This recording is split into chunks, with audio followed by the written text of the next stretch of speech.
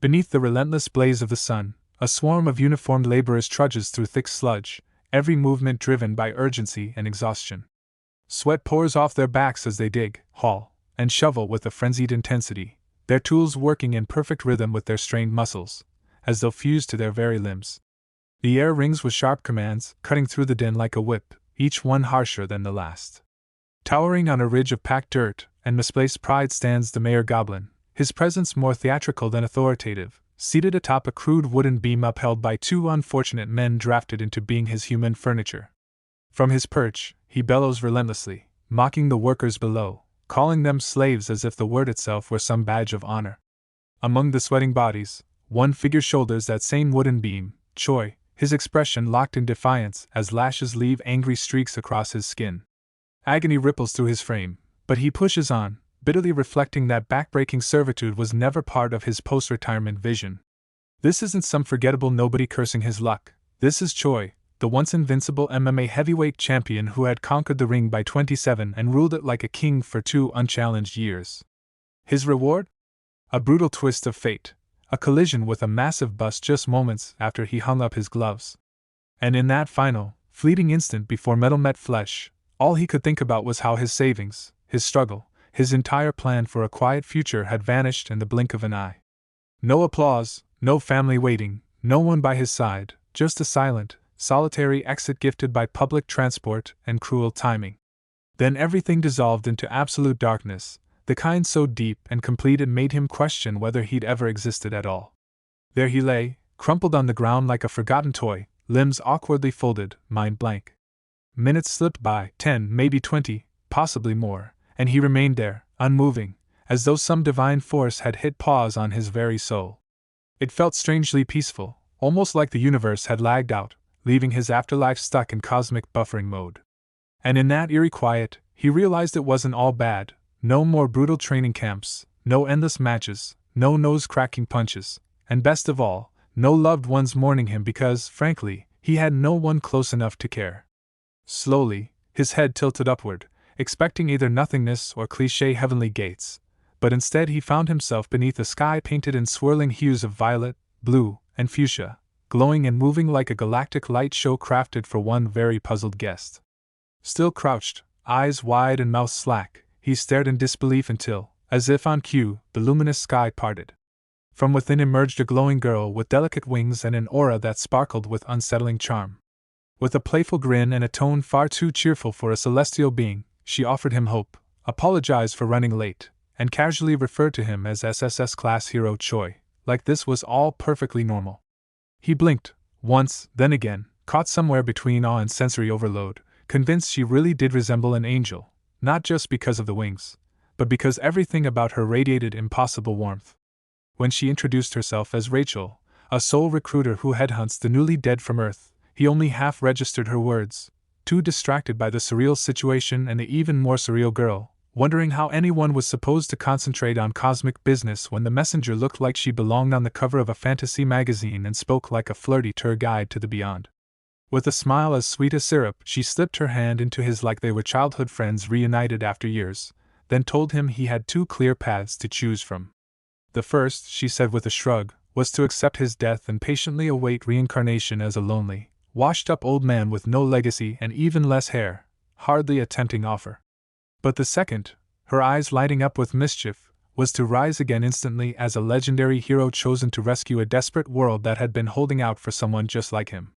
As she delivered this grand proposal, Choi's focus promptly drifted, his imagination hijacking the moment to visualize himself basking in the attention of gorgeous angels, each one clinging to him like he was a limited edition whey protein. His cheeks turned pink, and in a dazed mumble, he confessed the whole situation felt way too sudden and maybe, just maybe, he needed a moment to process. Rachel cocked her head, clearly entertained, and asked if he was seriously considering turning down the most epic offer the afterlife could cook up. He raised his hand half-heartedly, face full of mock defeat, silently begging for a peaceful retirement, only to find himself once again swept into another whirlwind, like the universe had signed him up for eternal pranks. But Rachel was far from done. Like a seasoned salesperson smelling commission, she powered on with irresistible promises, glory, wealth, a harem of beauties, and even hero-exclusive perks. Then, just when he thought he'd heard it all, she casually tossed in that heroes now came with their very own status screens, turning them into real-life game avatars, complete with stats, skill bonuses, and level-ups. As she gushed, Choi found his thoughts spiraling back to why he retired in the first place. Wasn't the entire point of walking away from MMA to stop fighting? He'd only just escaped a life of daily bruises and broken bones, and now this winged recruiter wanted him back on the battlefield, just with monsters instead of men. He let out a weary sigh and muttered that maybe dying quietly and returning as a bald old guy wasn't the worst option. That, it seemed, pushed Rachel over the edge. She straightened, announced she'd have to make things clearer, and with a snap, conjured a full-on puppet theater from thin air. Without missing a beat, she dove into a solo performance, using handcrafted puppets to reenact a scene involving a portly village chief and his bashful daughter, voices and all. The tale was simple. The moment he arrived, the villagers would fall at his feet, the chief would offer a feast, plead for help with a minor task, and once it was done, thank him by offering his beautiful daughter in marriage like it was the local tradition.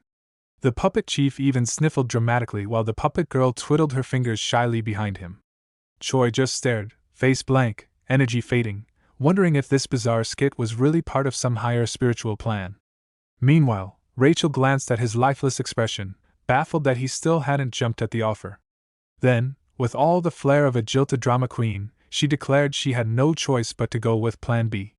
Spinning around with theatrical grace, she marched off like a soap opera heroine, accusing him of rejecting her sacred offer. She added with a sniff that Rachel would now be leaving, essentially tossing him a celestial breakup notice. In a panic, Choi called after her, but she shut him down cold, telling him to accept his fate as a lonely old bachelor and try to enjoy the next life. And then, without warning, she dealt the final blow, tilting her head sweetly and mentioning, oh so casually, that there was absolutely no guarantee he'd even be reborn as a human the next time around. That final line hit him like a spinning roundhouse to the brainstem.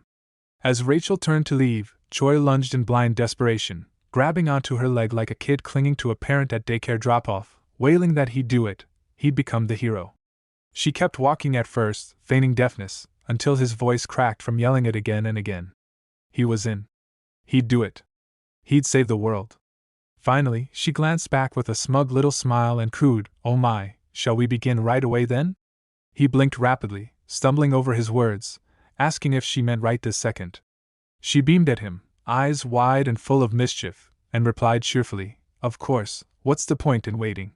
With that, she snapped her fingers, and a dazzling light exploded from her hand like holy-grade pyrotechnics. She aimed it squarely at him, and Choi flailed in panic, yelling that you couldn't just teleport people into fantasy lands without the courtesy of a briefing. But Rachel, now fully in Game Master mode, waved him off like a hostess shooing away a drunk customer, and said the other world was eager to meet him. So off you go, hero, good luck and have fun. Before he could voice another complaint, the beam consumed him, hurtling him into the unknown.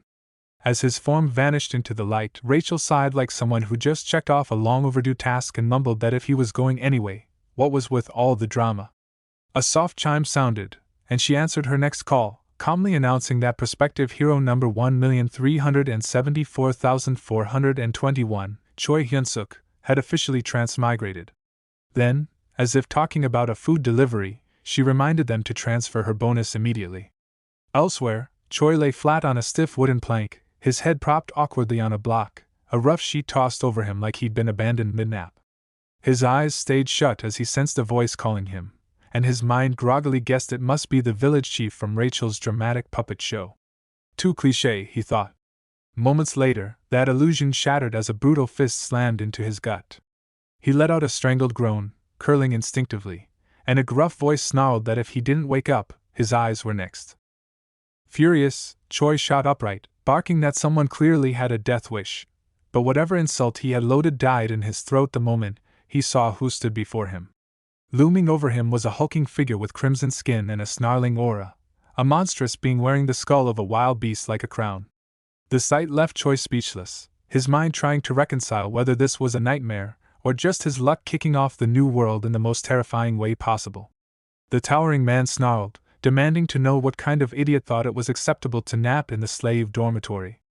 Choi stared in disbelief, his mind racing. Was this supposed to be the friendly village chief with the lovely daughter Rachel promised? One look at the guy, with his beastly frame and literal skull helmet, and it was obvious this was no humble NPC but a monster he was probably meant to fight. All confidence drained from him as he rose shakily to his feet, fumbling out that he was, in fact, a hero. The man raised an eyebrow, unimpressed, and scoffed, questioning whether heroes were just brainless now. Choi's gaze swept over the man's intimidating physique, and his mind buzzed with confusion. Had something gone terribly wrong during the transfer? Surely that angel hadn't scanned him, right? Gripping the rough sheet tighter around himself, he wondered if this was all still part of some elaborate tutorial. He forced himself to breathe and decided, as a Korean, there was only one obvious course of action. The red-skinned man grunted, asking what he just said, and without hesitation, Choi launched into a flying kick, shouting that the pathetic tutorial monster should prepare to die. But his foot never reached its target. The man caught his leg effortlessly, sneering in irritation as he muttered that he was tired of self-proclaimed heroes showing up out of nowhere.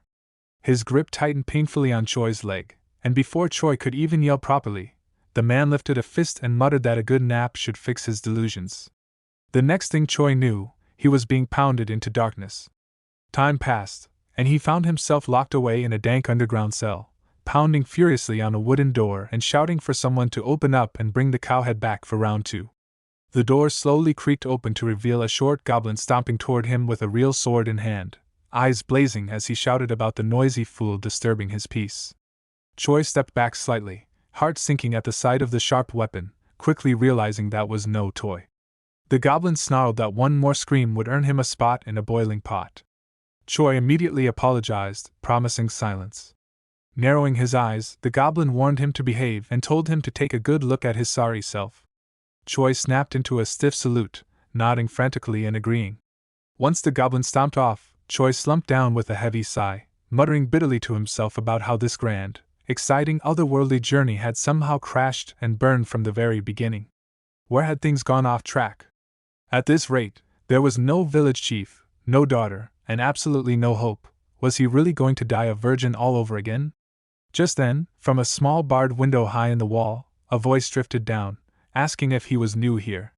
Choi glanced up and asked who it was, and the voice casually replied that it was a fellow hero candidate, someone else who'd also been promised greatness. Welcome to the heart of the Demon King's fortress, a place where humans are stripped of freedom and reduced to nothing more than laboring slaves. Choi, still struggling to make sense of the chaos, blinked and asked in disbelief if the man was actually Korean, demanding to know what was happening and how they had ended up in this hellish place to begin with. The man gave a humorless chuckle, then abruptly raised his voice and bellowed for all self-proclaimed heroes still breathing to speak up. In response, a chaotic uproar exploded across the prison, voices echoing from every shadowed corner, pleading for help, crying out their identities as true heroes, begging for someone to rescue them. Choi turned in all directions, horror spreading across his face as the sheer number of desperate shouts grew louder, swallowing the air with madness. What kind of twisted nightmare was this? The man calmly explained that it was exactly what it looked like. Over 100 supposed heroes had found themselves trapped inside the Demon King's stronghold. That beast with the red skin and bull's skull who had beaten Choi senseless?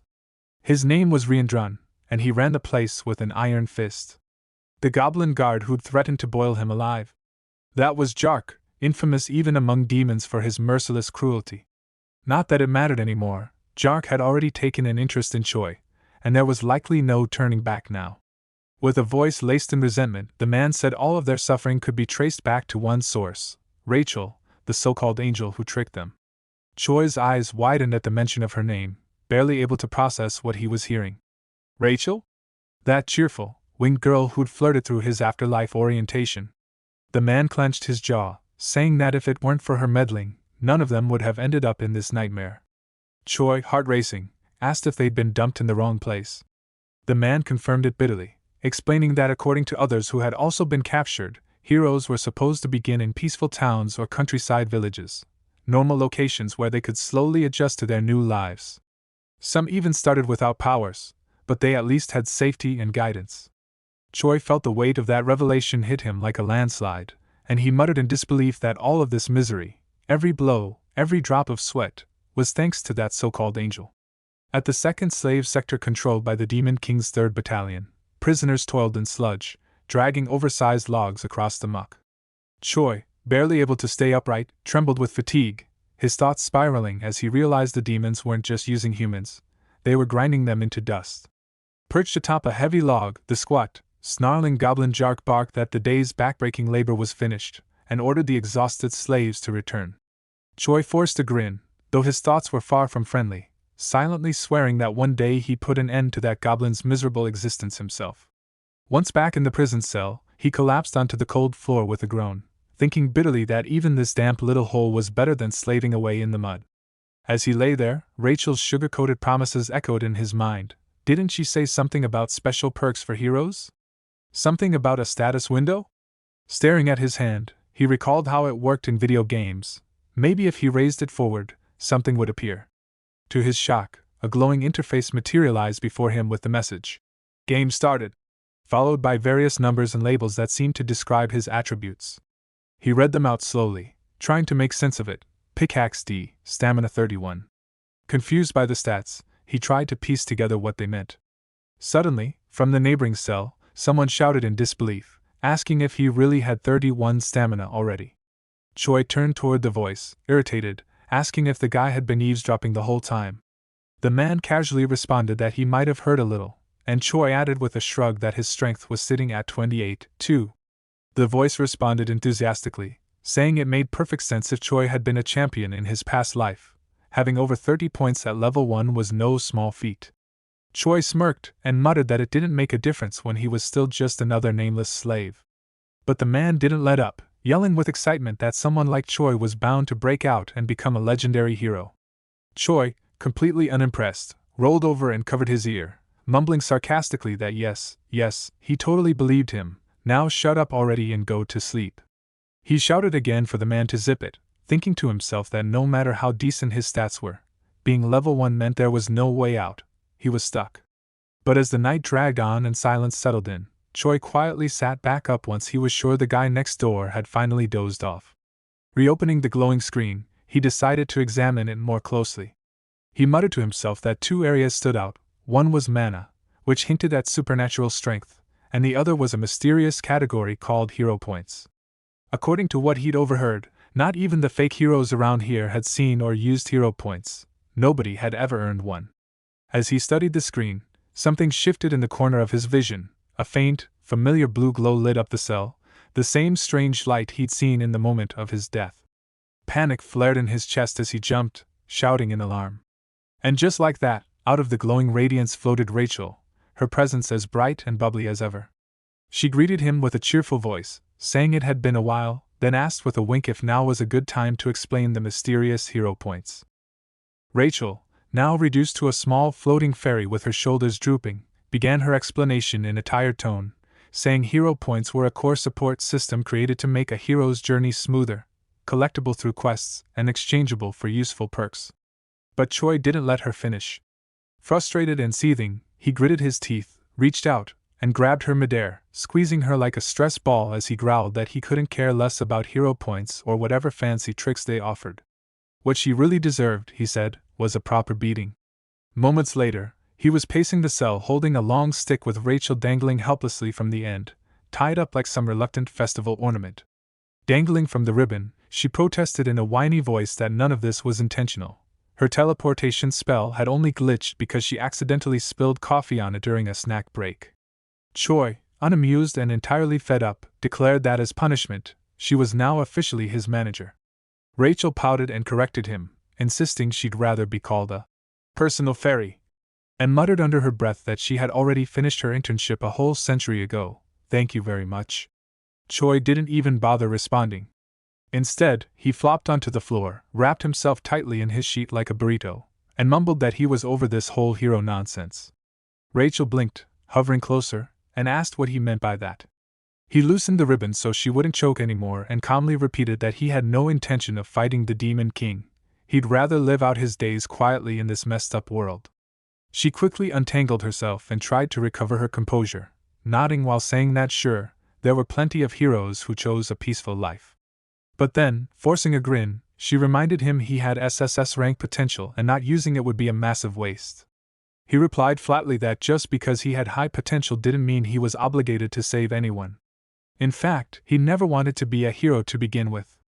Rachel tried to argue, but he cut her off mid-sentence, saying he had no desire to go back to a life full of non-stop battles like the one he'd already endured. With that, he rolled over, pulled the sheet tighter, and muttered a final good night, going completely silent as if the conversation never happened. Rachel hovered quietly in midair, her wings barely fluttering as she stared at the lump that was Choi wrapped in his sheet, wondering silently if he had always been this way. Wasn't he just some thick-headed brute obsessed with fighting and flirting with anything that smiled at him? And now here he was, turning down the whole hero gig like it was some annoying favor. Her thoughts drifted away from the dingy prison cell and back to that humiliating moment, kneeling on the floor before her superior, nervously confessing that maybe, just maybe, she'd messed things up a bit. But being reassigned as a personal fairy? That was way too extreme. Yet her superior's voice had remained stern and unwavering, declaring that the decision was final. As the designated support fairy to the chosen hero, she was now bound to him, through failures and triumphs alike, for as long as it took to defeat the Demon King. Rachel had gasped in horror when she was told she'd be sent straight to the Demon Fortress to reunite with Choi Hyun-seok, shouting in disbelief that she was actually being dumped into the grimy human world. But her superior's voice simply reminded her not to return until the mission was complete. Back in the cell, Rachel sighed quietly, still reeling from her fate, and now trying to figure out how to make this stubborn so-called hero change his mind. Before she could strategize further, Choi's voice broke the silence. He said that if personal fairies had to obey their warrior's every word, then she'd better help him with his plan to escape. Rachel, too tired to argue, mumbled a half-hearted yes, fine. But their brief moment of calm shattered as a loud bang echoed from the door. Choi jumped to his feet, grabbing Rachel's tiny hand without thinking. Outside, goblin voices barked orders, yelling for someone to get up, something about meat. Rachel whispered that she could cast stealth magic on herself if needed. But Choi's mind was racing. Roll call was already over, so what was going on? Why were they back so soon? The wooden door creaked open with ominous slowness, and there stood Jark, his rough voice cutting through the tension as he announced that Riendrun had summoned the human, his tone making it clear this wasn't a request. Inside Riendrun's dimly lit office, the hulking demon folded his arms and remarked with surprising ease that word had reached him. Choi was working hard these days. Caught off guard, Choi blinked and mumbled a puzzled response, mentally reeling at the idea that this foul-smelling brute was actually complimenting him. Riendrun continued without pause, admitting that while he had initially pegged Choi as a deranged human, he now saw value in his efforts. That's why, he added, there was something he wanted to offer. How did Choi feel about becoming the head slave? Choi's mind raced, trying to process this new twist. What now? Riendrun clarified that productivity had been dropping lately, and someone capable needed to restore order. Meanwhile, invisible beside him, Rachel whispered frantically, urging him to refuse. Surely he wasn't actually considering this, right? She pressed him for an answer, reminding him that no real hero should ever bow to someone working for the Demon King. Though hidden from view, her voice didn't go unnoticed, and Riendrun and Jark paused, demanding to know what that sound had been. Thinking quickly, Choi dropped to one knee and loudly declared his gratitude, vowing to handle the human workers with full dedication. Riendrun gave a pleased nod, saying that his opinion of Choi had shifted. For someone he thought was just another man, he was starting to grow on him. If he kept it up, he'd even receive a personal recommendation for enlistment in the Demon King's army. As Riendrun dismissed him, Choi dragged himself out, eyes glassy with despair, silently bidding farewell to his escape plan. Weeks passed, and Choi now lounged above the laborers on a wooden platform, casually munching on an apple as he shouted at the exhausted crowd to pick up the pace. He barked that even his grandma could move faster, and questioned how they expected to hit their targets crawling like that. Suddenly, a glowing message from the hero's system blinked into view, congratulating him on a stat increase. His hidden charisma had improved after extended leadership. Choi's face lit up as he laughed, proudly declaring that head slave might be the best gig yet. Below him, the other captives exchanged worried whispers, wondering if he'd finally snapped, with some doubting he was ever a hero to begin with. Hovering unseen, Rachel leaned in close and whispered in exasperation, warning that if he kept up this madness, something seriously bad was going to come crashing down. Choi brushed her off with a smirk, telling her to quiet down and have a little faith. How could a tiny bird like her ever grasp the soaring vision of a phoenix? Spotting a man collapsed in the dirt, he pointed accusingly, and yelled that unless the guy had skipped his meal, There was no excuse to be slithering around like that. Right then, a glowing prompt from the system floated into view, announcing that Riendron's favorability had been steadily increasing and that Choi was inching closer to completing his objective. Straightening up with mock pride, he threw a salute and loudly thanked Riendron, fully embracing the absurdity. Meanwhile, Rachel was practically vibrating with rage, shouting in his ear and demanding to know if this clown act was what he'd meant by seeking adventure and planning an escape. She asked if barking orders in the mud counted as hero work now. Choi spun toward her, clearly irritated, and fired back that he was simply following system instructions, wasn't listening to the system the core responsibility of any hero. She snapped that cozying up to a demon army officer was not a heroic path, and demanded to know how he could believe that nonsense. Choi raised his hands in exasperation and said he was serious, offering to read the mission aloud. As he summoned his status window, he began quoting the message. Apparently, he had been dumped in this fortress due to some idiot's mistake. Rachel cut him off with a scream, saying that line made no sense. The hero system wasn't a joke, it used clean, structured language, and that wording was way too casual to be real. But Choi waved it off, saying maybe the SSSTer system had its own quirks, and if this was what it displayed, what did she want him to do about it? Her face twitched in pure disbelief, and her voice cracked with frustration, but before she could continue, her thoughts drifted back to the night before. Choi had just rolled into his sheet, ready to sleep, when she floated over and barked that he was absolutely out of his mind for agreeing to that ridiculous offer. He had shot up in bed, grabbed her midair, and snarled that she had no right to judge him when she was the reason he got thrown into this disaster. And right then, as if on cue, a new system notification blinked into sight, declaring that the hero, misplaced in the Demon King's fortress thanks to a certain someone's incompetence, shouldn't lose hope, because a rare opportunity had landed in his lap. His mission now was to win over Officer Riendron's trust and favor. A real hero, the system had declared, must be capable of turning even their foes into stepping stones. Current mission: boost Riendron's affection. Reward: 100 hero points. Choi had stared at that screen, utterly bewildered, wondering what kind of bizarre quest this even was. Fast forward to the present, and he now stood tall, arms crossed as he commanded the slaves below to start belting out the Demon King's Third Army anthem without missing a beat. Rachel's jaw nearly hit the floor as she watched, her thoughts spiraling. So it's actually real, that absurd mission is really tied to him. She couldn't believe it. Only high-ranking system managers had access to format alterations, so how on earth was his entire questline different? Her spiral was interrupted by Jark's gruff voice approaching from behind, ordering Choi to mount up. He explained that Riendron had summoned him again. Moments later, Choi was back inside the demon officer's office, where Riendron leaned back with a smug grin, claiming that slave productivity had dramatically improved lately. Choi, mustering his most exaggerated smile, humbly replied that it was nothing at all, just the simple labor of a clueless human honored to serve under Riendron's brilliant guidance. Perched on his shoulder, Rachel looked like she was about to vomit, muttering that this whole thing was nauseating and wondering if he genuinely believed this bootlicking act would pay off. To her utter disbelief, Riendron nodded, clearly pleased. Just then, the hero system flared to life in front of Choi, flashing a bright message: mission complete. He had officially achieved the favorability goal and was rewarded with 100 hero points. A second notification followed, revealing that the beginner hero store had now been unlocked thanks to his first accumulated point.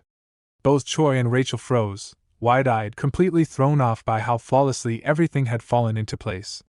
Choi, still stunned, thought that things were unfolding far better than he had hoped, and now that this quest was checked off, it was time to start planning the next phase.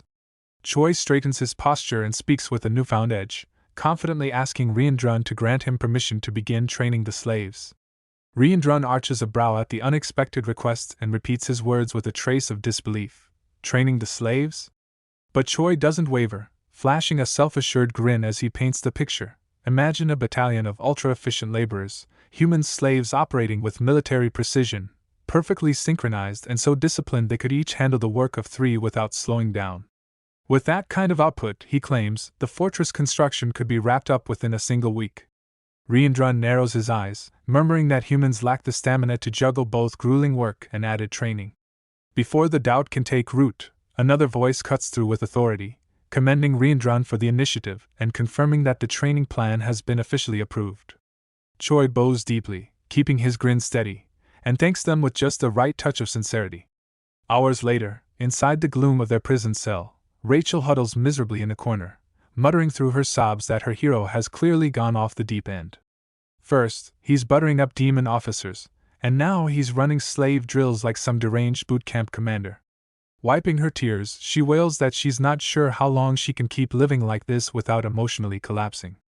Choi groans, visibly irritated, and tells her to stop overreacting. There's a strategy behind all of this. She lashes out, accusing him of trying to embarrass her again, but he shoots back dryly, asking if she thinks he's as clueless as she is. His voice turns serious as he reveals his true motive. He plans to ignite a rebellion, using the very slaves he's training. Rachel freezes, disbelief washing over her as he lays it out. This fortress holds close to 3,000 human captives, while the demon soldiers number barely 500.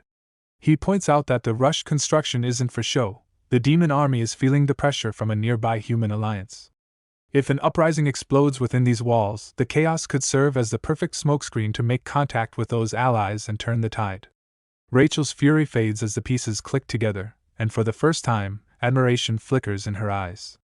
She gives a small, stunned smile and admits that until now, she thought he was just a brain-dead brawler with a talent for swinging fists. But this plan? It actually moves her.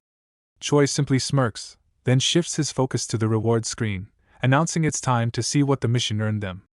As the hero system window opens, Rachel gasps, her eyes wide in shock, realizing that the hero points are real. Everything he claimed wasn't a bluff. Choi crosses his arms smugly, saying he told her so, then cracks a grin as he pulls up the newly unlocked hero store and mutters a quiet prayer for something good, something powerful enough to flip their fate upside down. Choi Hyunseok squints at the glowing hero store window, muttering under his breath that maybe, just maybe, this time he'll receive something worthy of the title hero. But as the items load in, his face twists in disbelief. Hold your breath, F slightly improves breath control. Hold your shit, F mildly enhances bowel restraint. His jaw drops, eyes twitching, and a vein throbs visibly on his forehead. Rachel leans in for a peek and immediately bursts into laughter, clapping her hands like it's the funniest thing she's seen all day. She teases that at this rate, he'll unlock scrub toilet mastery next, clearly the kind of power every hero dreams of. Still snickering, she explains that it's because he's stuck in the beginner tier shop, earn more hero points and the store will upgrade, possibly even offering something remotely useful. Choi snaps, grabbing her like a squishy stress toy and shouting that she's a walking scam and he's had enough. Later, he stands tall before a field of slaves, barking out an order to attention. Every man and woman straightens, fists to chests in synchronized salute. He nods with satisfaction and raises a hand to cue their anthem. Once again, the odd chant fills the air, an ode to the Demon King's glory, celebrating devouring humans and enduring hardship with cheer, all under the warmth of their ruler's terrifying affection. Meanwhile, high above, Reendrun paces the upper floors, nodding proudly as he watches the scene unfold. He murmurs to himself that trusting Choi to train the slaves was a brilliant decision. Their discipline, their unity, it's practically poetic. Just then, the door crashes open and Jark stumbles in, gasping for air as he reports that the human army is advancing rapidly. The 8th Division attempted to intercept them but fell into an ambush and had to pull back. Reendrun's expression darkens at the news, his satisfied smirk wiped clean. The 8th Division was their strongest local unit. If even they were forced into retreat, the fortress might be a lost cause. Clutching his temples, he groans at the worst possible timing, right when the construction was nearly complete. Jark barked that they had no time left, and urged they flee immediately, but Reendrun calmly raised a hand to stop him, insisting that true battles are won not by brute force but by superior logistics, and that a skilled supply officer is more valuable than a dozen soldiers. He told Jark to lead the evacuation, while he stayed back to personally deal with Choi Hyunseok. Out in the yard, Choi was busy berating the worn-out slaves, shouting at them to run properly and questioning their motivation. Mid-rant, a metallic clang cut through the air. A window grate had fallen nearby, making him flinch and glance up just in time to see Reendrun glaring down at him like a prison warden watching an unruly inmate. Choi groaned under his breath, fed up with having his training efforts constantly interrupted. His mind wandered back to his own stats. While they were steadily rising, it still wasn't enough. Not enough to ignite the rebellion he was planning. He muttered that if only he could score some miraculous boost right about now.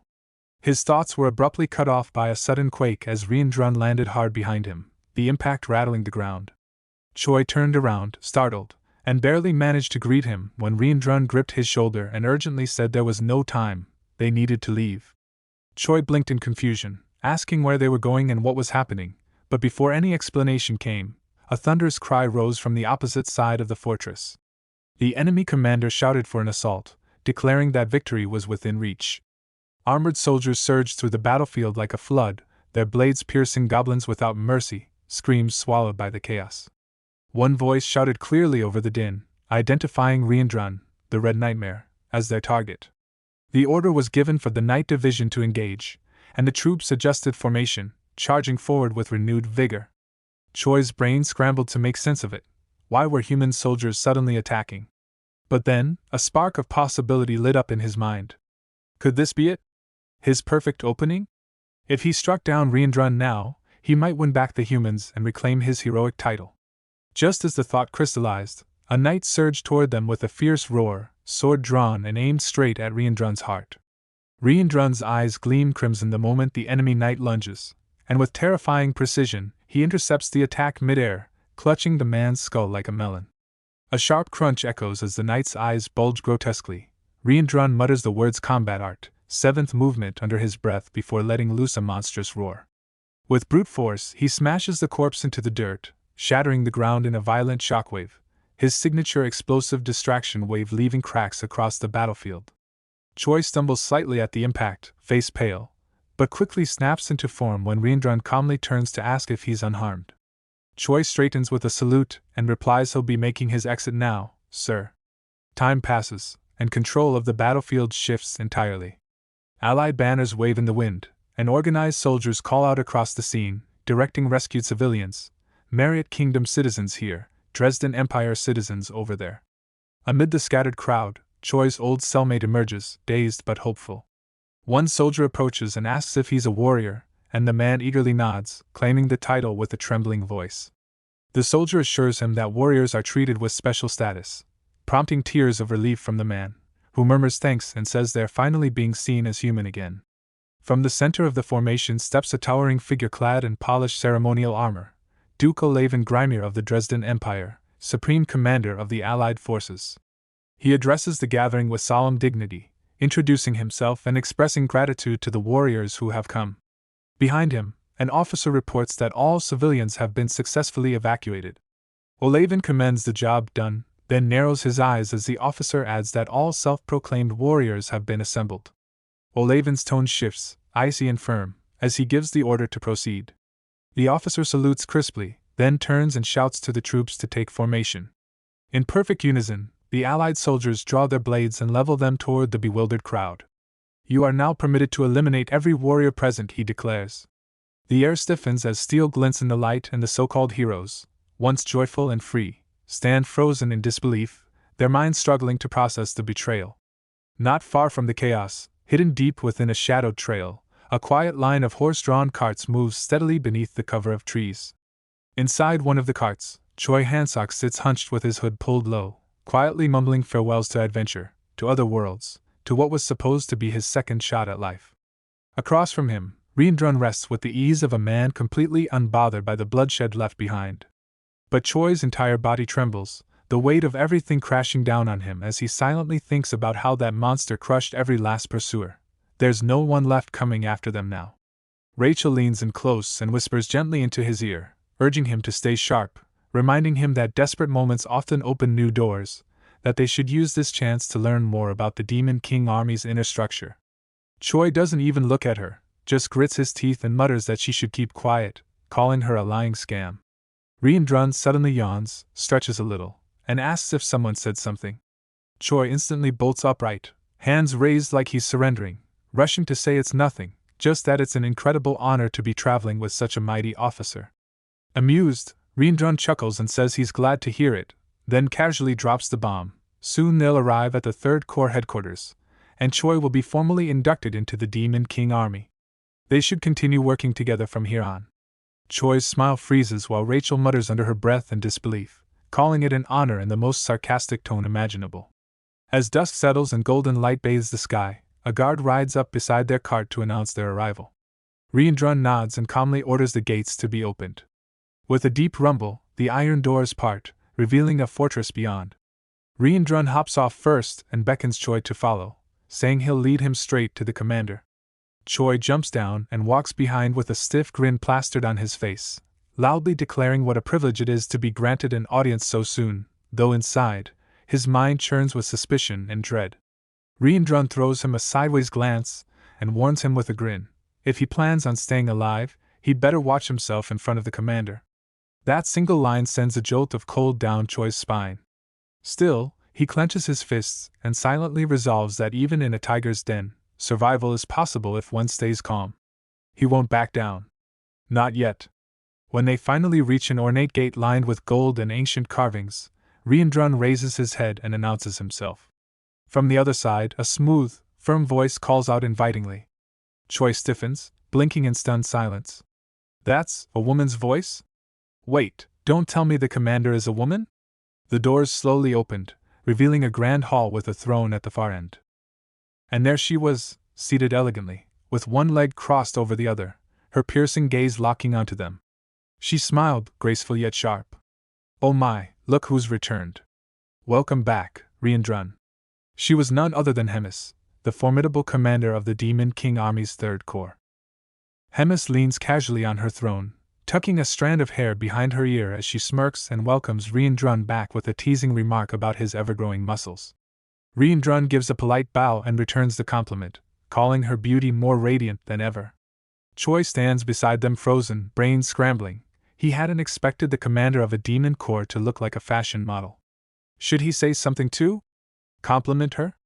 Nod and smile? His panic is cut short as Riendrun's tone sharpens, apologizing for failing to defend the fortress. Hemis waves it off, blaming the disaster on the ATH division's incompetent commander, muttering that she should have skinned the fool long ago. Her voice, though calm, oozes malice, and with it comes a suffocating pressure that thickens the very air. Choi's knees nearly buckle from it. This isn't intimidation, it's domination. Her piercing gaze then lands on him. She asks who the human is, and Riendrun gestures toward Choi, introducing him as the one detailed in his report, an official recruit. Hemis descends the steps of her throne and stops a breath away from him, eyes narrowing in amusement as she remarks that he's cute. She wonders aloud if someone personally selected by Riendrun is worth getting excited over. Choi blurts a nervous promise to do his best, unsure if this is flirtation or an impending death sentence. She studies him, then scoffs, pointing out his unimpressive physique and asking Riendrun if he really expects someone like this to last. Riendrun agrees that Choi would likely be torn apart before he even learns to salute, but reminds her that there is historical precedent for a human joining the demon army, and that with her blessing, he'd take charge of training him himself. Hemis flatly rejects the idea. Instead, she bites into her finger, prompting Choi to inch back uneasily. Her beauty is already disturbing, but what follows crosses into nightmare. Her jaw unhinges grotesquely, stretching open like something not meant for this world. From the gaping maw, she shoves her entire hand down her throat and yanks out a beast, a terrifying blend of dog-like features and monstrous energy, pulsing with muscle and malice. Her face reforms, sweet and composed, as she gently declares that Choi will now serve as Bobo's caretaker. He's frozen in place, unable to tell if he should scream or faint. A pet? That thing's a pet? He thinks, staring at the demonic infant. Riendrun, however, seems genuinely impressed, murmuring that even in its youth, the creature emanates overwhelming strength and dignity. Hemis beams, clearly delighted by the praise, and affirms his assessment. She turns back to Choi and arches a brow, asking what's with his stunned silence. He immediately stiffens, throws a salute, and though his voice shakes, declares that it's an honor for a human like him to be entrusted with Bobo's care. Hemis, clearly pleased, places the wriggling monster in his arms. That's the spirit, Hemis says sweetly, reminding him that Bobo is currently growing and must be fed regularly. He tends to get violent when hungry. Finding a new caretaker is too much of a hassle now, especially since the last ones ended up as meals. She adds that he should pick up his uniform on the way out. Still in shock, Choi stiffly replies with a quiet yes ma'am before stepping out, clutching the wriggling creature. He's led to a special area designated as the Bobo house, where the monster promptly curls up and drifts off into a peaceful, snoring slumber. Choi collapses onto the floor, head spinning. Just then, Rachel's voice cuts through the quiet. She whispers in disbelief, "There's a new hero quest? Inside the Demon King army?" He panics and tells her to shut up before she wakes the beast. A system message floats up in front of him. "You, who've now taken the role of Bobo's caretaker. No one understands why this has happened, but hang in there. Life, even a miserable one, is better than death. Nurture Bobo's affection and survive. Reward, 200 hero points." Choi squints at the screen, then down at the peacefully dozing creature. He groans inwardly. Now he needs affection points from the commander's monster spawn. What kind of twisted game is this? Just then, a knock at the door startles him. A goblin's voice echoes from the corridor, calling for the human. Choi opens the door quickly and bows with forced politeness, introducing himself. The goblin gives him a toothy, amused look. Internally, Choi panics. There's no way a goblin's here just to help, he thinks. They're setting him up as a snack. He asks about the previous caretakers, to which the goblin casually replies that they're all dead. From now on, it's just the two of them, and their job is to prep meals for Bobo. Choi eyes him warily and asks, "Is that really all?" The goblin shrugs. "Yep, that's it. Now quit asking dumb questions and get to work." Suddenly, Bobo stirs and springs up, landing on the goblin's back and licking his head with slobbery affection. The goblin screeches, scuttling over to Choi and clinging to his legs in panic, yelling that the beast is awake and offering Choi up as a fresh snack. Choi yells back, furious, "What the hell is this betrayal?" The goblin screams that one of them is going to die anyway, and Choi retorts that it sure won't be him. With a grin, he grabs the goblin by its tunic and hurls him straight at Bobo, shouting, "Snack time!" The monstrous pup leaps joyfully onto the shrieking goblin, munching away with enthusiasm. Choi turns to Rachel, arms crossed and brow raised, and asks if it looks like Bobo's enjoying his meal. Rachel, hovering nearby, watches in quiet horror. The entire room erupts into chaos as Rachel flits through the air in panic, shouting that this is completely deranged, her wings a blur as Bobo leaps after her with excited snaps. She screams for help, and Choi, casually watching, calls out not to fly too far. After all, the beast might get hungry again. As he scrolls through the hero system, a new item pops up in the store, extra large bone, with the ability to attract monsters classified as Kandai types, for just 30 hero points. Without a second thought, he buys it, then waves the oversized bone in front of Bobo's gleaming eyes. "Want this?" he says before flinging it across the room. Instantly, the creature launches after it, snatching it out of the air mid-jump with impressive precision.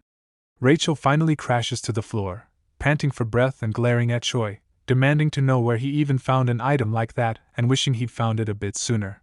Choi smirks and credits it to his unmatched attention to detail, confidently declaring the quest will be a breeze.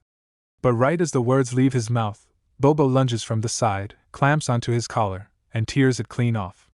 Choi freezes in place, eyes glowing an unnatural blue, completely stunned. Rachel, half laughing, half exasperated, mocks his earlier confidence and notes that clearly, the bone wasn't enough. Choi mutters that the pup probably wants fresh meat, prompting Rachel to eye him suspiciously. Was he actually planning to take this monster outside? Choi pauses, then snaps his fingers as an idea hits him. Maybe a magic word will work. He shouts, "Walk!" And Bobo instantly sits, wagging his tail and hugging Choi's leg with a growl that's oddly affectionate. Once outside, Bobo takes off running, dragging Choi along as he yells, "We're outside, but where's the kitchen? I can't tell where we're going." Rachel scans the area in frustration, then spots a goblin nearby and suggests asking him for help. Choi agrees and runs over to the creature, politely asking for directions. The goblin turns slowly, eyeing him like something out of place. "Why is a human here?" he growls. Before Choi can answer, Bobo barrels in with a loud roar, scaring the goblin so badly he collapses, only for Bobo to lick him enthusiastically. Choi calmly explains it's just Bobo's walk time. The goblin stammers in disbelief, asking why a human is with such a creature. Choi shrugs and says he's been appointed as Bobo's caretaker starting today, then repeats his question about the kitchen. With a trembling finger, the goblin points left, then bolts in the opposite direction without looking back. Choi and Rachel exchange bewildered glances as she snickers, questioning whether that guy was even a real demon soldier. Choi laughs it off, saying they should just find the kitchen meat already. Rachel raises an eyebrow, teasing him. He's not planning to babysit a dog forever, right? Choi grins and declares he still dreams of marrying a beautiful blonde someday. But when he looks down to check on Bobo, the pup is gone. His smile vanishes. Wait, where the hell is that dog? He yells, dread creeping into his voice. Choi scans the ground frantically, realizing Bobo has vanished. His heart sinks and panic floods his chest, tears welling up as he shouts in despair. Just 1 second of distraction, and the creature's gone. Rachel zips through the air, eyes darting until she spots a dark blur ahead. She points and yells, "There!" Choi whirls around and sees Bobo padding back toward him, tail wagging, innocent as ever. Overwhelmed with relief, Choi stammers, "Oh, thank God, you scared me to death." But the moment his eyes focus, dread replaces relief. There's fresh blood dripping from Bobo's mouth.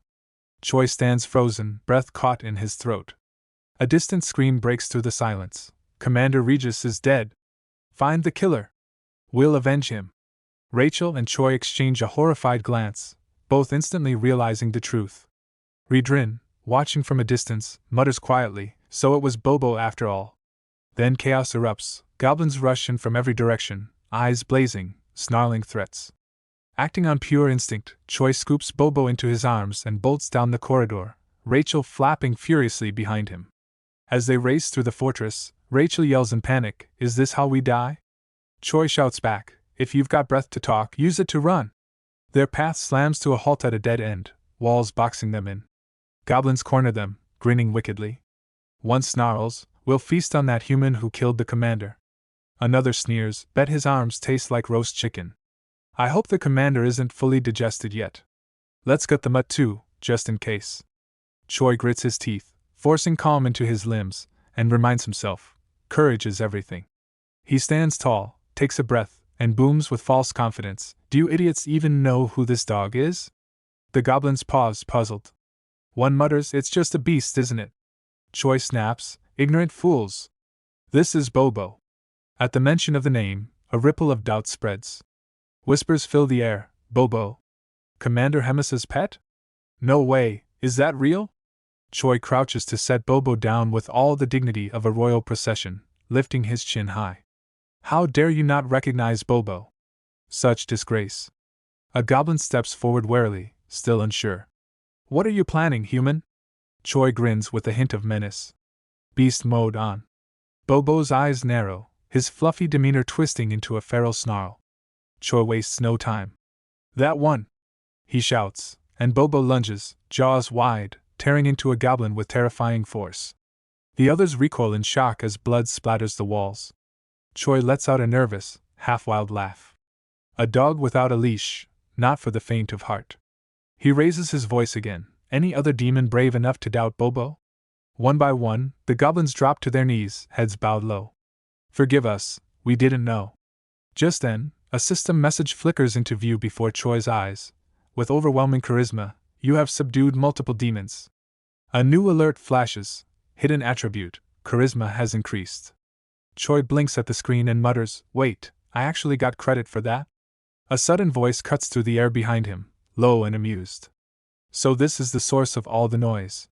He spins around and there stands Hemis, her eyes gleaming with curiosity and the faintest smirk curling her lips.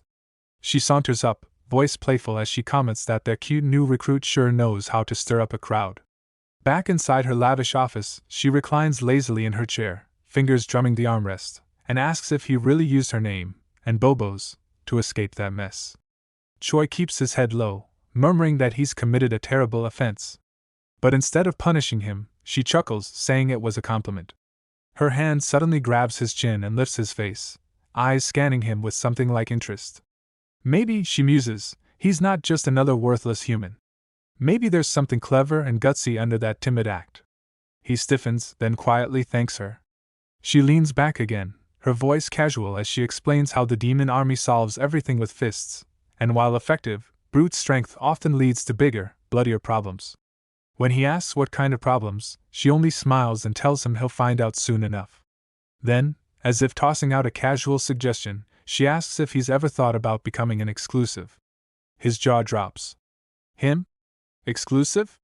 With his trash tier skills? But she clarifies, it's not now, but if he's going to keep throwing her name around like a free pass, she can't let it slide. The army works by decisive battles, win, and you're protected for a month. Keep winning, and that safety time stacks. Do well enough, and maybe, just maybe, he'll claw his way up to battalion commander.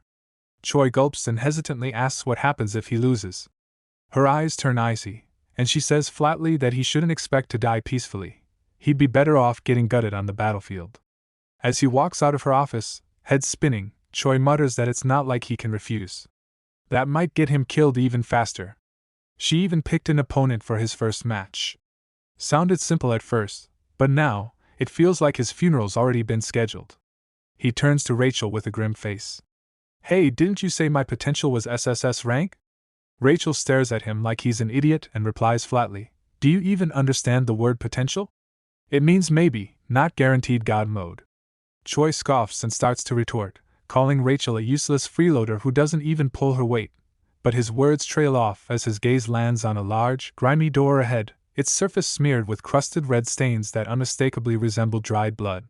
He narrows his eyes. This is the kitchen? With Rachel close behind, they inch toward the door and slowly push it open. Choi leans in and calls out, asking if anyone's inside, but his voice falters when a massive, red-skinned figure steps out of the shadows. Towering and beastly, the man glares down with narrowed eyes and growls, so, you must be the human the commander mentioned. I am Kulkin, the chef. What business brings you here? Choi immediately throws on a strained smile, heart racing, and stammers out that he's just here to get a snack for Bobo, something fresh, ideally. Kulkin raises a thick brow and mutters, so the pet's caretaker has changed again. Choi blinks in confusion. Again? How many predecessors had there been? The chef adds in a cold voice that the only reason Choi is still alive is because of a direct order from Commander Hemis not to harm him. He shouldn't expect kindness from anyone else. Choi gulps and asks if there's any way to get meat anyway. Kulkin rests a clawed hand on his chin in thought, then gestures to the far side of the room. Choi follows his gaze and immediately freezes. Across the room, a cluster of goblins is hacking away at a corpse that looks suspiciously like one of their own. They're casually carving meat from the body as though preparing a holiday feast. Kulkin says flatly, if you want meat, hunt it yourself. Like them. The wet sounds of flesh being torn and bone cracking send shivers down Choi's spine. One goblin munches thoughtfully and remarks that the meat's surprisingly tender. Another replies that it's the belly of Petal, who kicked the bucket yesterday. Not bad for someone that ugly. Choi's stomach churns, bow rising in his throat. These aren't chefs. They're butchers. Realizing Kulkin is still watching him, silent and unreadable, Choi's thoughts spiral. Hunt it myself? What does that even mean in a place like this? At the center of a wide, blood-smeared battlefield, a hulking, pig-like creature the size of an elephant charges recklessly through chaos, its thunderous steps flattening everything in its path. Goblins scream and scatter while chasing it, yelling that it's the main course for tonight. Choi stands rooted in place, his skin crawling with goosebumps, overwhelmed by the sheer madness of what he's witnessing. How did things spiral into this? A shriek rings out, Morgan's just been trampled, and Choi stares blankly at the broken body of a goblin nearby, brain locking up. This isn't hunting, it's suicide. In the middle of this madness, he can't even tell if the goblins are pursuing the beast or just being slaughtered. Rachel zips beside him and asks what the plan is, suggesting maybe they should just run for it. He blurts back if she seriously thinks anyone could outrun this frenzy. But as more goblins fall and chaos crescendos, he grits his teeth. She's right. He can't afford to stand still. Just then, Kulkin's voice booms across the field, snapping Choi to attention. Instinctively, he throws up a salute and shouts that he's ready. But Kulkin casually waves him off, declaring the hunt's already done. Choi blinks in disbelief. What? His eyes dart to the field, where the monstrous pig now lies motionless, surrounded by cheering goblins. What looked like pure madness somehow worked. One nearby goblin reports the tally. 12 dead, more wounded, and Kulkin nods without a flicker of concern, casually saying they'll hunt again after a short rest. Choi stares at him, stunned by how utterly unfazed he is. He mutters that running isn't really an option anymore. Rachel tilts her head and asks if he's actually planning to join the hunt, despite how weak his stats are. That grates on him. He snaps back, asking if she really thinks he'd do something that stupid. What he's actually thinking is simpler: stats increase with level, and leveling up only needs EXP. Rachel blinks, catching on, and asks if he's suggesting stealing the final blow. When he nods, she groans, calling it the cheapest tactic she's heard, but she can't deny it'll work. That's all Choi needs. He turns to her with a smirk and says it's decided, they're doing this. Inside, his thoughts race. He's got a month to get strong or die, and if Hemis was serious, this is his only chance. He approaches Culkin again and calls out. The chef glances over, raising a brow, surprised to see him still there. Oh, human. Thought you'd bolted by now. Choi waves his hands and forces a grin, blurting out that he'd never do something so dishonorable. Though he keeps a calm face, Choi inwardly flinches. Did he somehow know I was planning to bolt?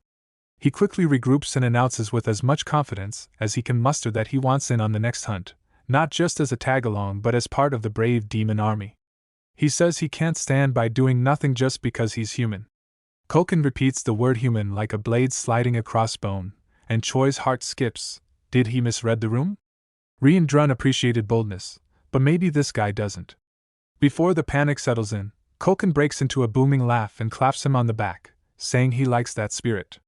Choi forces a laugh, tossing out a line about being inspired by the scariest chef in the world, hoping flattery will keep him alive. Culkin grins wider and declares that Choi will be leading the next hunt. The blood drains from Choi's face. Lead? He starts protesting, saying it's too much, especially with so many seasoned demons around. But Culkin gives him a thumbs up and insists it's an honor, and that he's special. Just then, a goblin rushes in, shouting an alert. Culkin turns with a glare, only for the goblin to yell about a monster invasion. A monstrous roar rolls across the sky, and Choi's stomach drops. Is this how he dies? Culkin just shrugs, casually commenting that if the beast gets too stressed, the meat'll end up tasting like pee. With that, he unslings a massive cleaver and roars for everyone to grab their weapons. They're cooking up urine stew tonight. Choi can't help grinning. If this thing's gonna die, all he needs is the last hit. Rachel slides up beside him and presses something warm and glowing into his hand. Instantly, a surge of energy flows through him, his stats tick up. She tells him not to die, and he shoots her a glare, shouting that she should have given him this earlier. But there's no time to argue. With a battle cry, he charges forward. In his mind, he repeats his goal like a mantra: blonde noble wife, 5 adorable bunny-faced kids, a fancy hilltop villa. This is about retirement. The goblins attack the urine like rabid wolves, and just as one beast stumbles near death, Choi leaps in, drives his fist down, and snatches the kill. Light bursts around him, 4 levels in 1 strike. He laughs aloud, practically drunk on the instant progress. All it takes is timing, and he's got it. From then on, he becomes a man on a mission. Whenever urine starts to fall, he dashes in, shoving goblins aside and claiming the last blow like it's his birthright. A sinister voice in his head cheers him on, declaring that every last hit in this world belongs to him. Finally, with all the monsters defeated and the goblins returning to carve up the massive pig beast from earlier, Choi stands tall, eyes gleaming, heart pounding. He might still be a newbie, but he's on his way up, and fast. Goblins rip into the meat with wild delight, hollering for bigger chunks as grease drips from their hands and mouths. Amid the chaos, Rachel eyes Choi and asks if he's finally satisfied or if he plans to mug children next. Choi flashes a smug grin and thanks her, calling her buff bot while proudly noting their total monster wipeout, and that the kitchen has turned into a full-blown barbecue fest. Just then, Culkin's heavy hand claps down on his shoulder. The chef asks what he's gawking at. Choi turns quickly and questions if the crew is even allowed to devour military rations like this. Culkin lets out a hearty laugh and explains it's one of the few perks of being a cook. Monster meat spoils fast, and regular soldiers rarely get it fresh.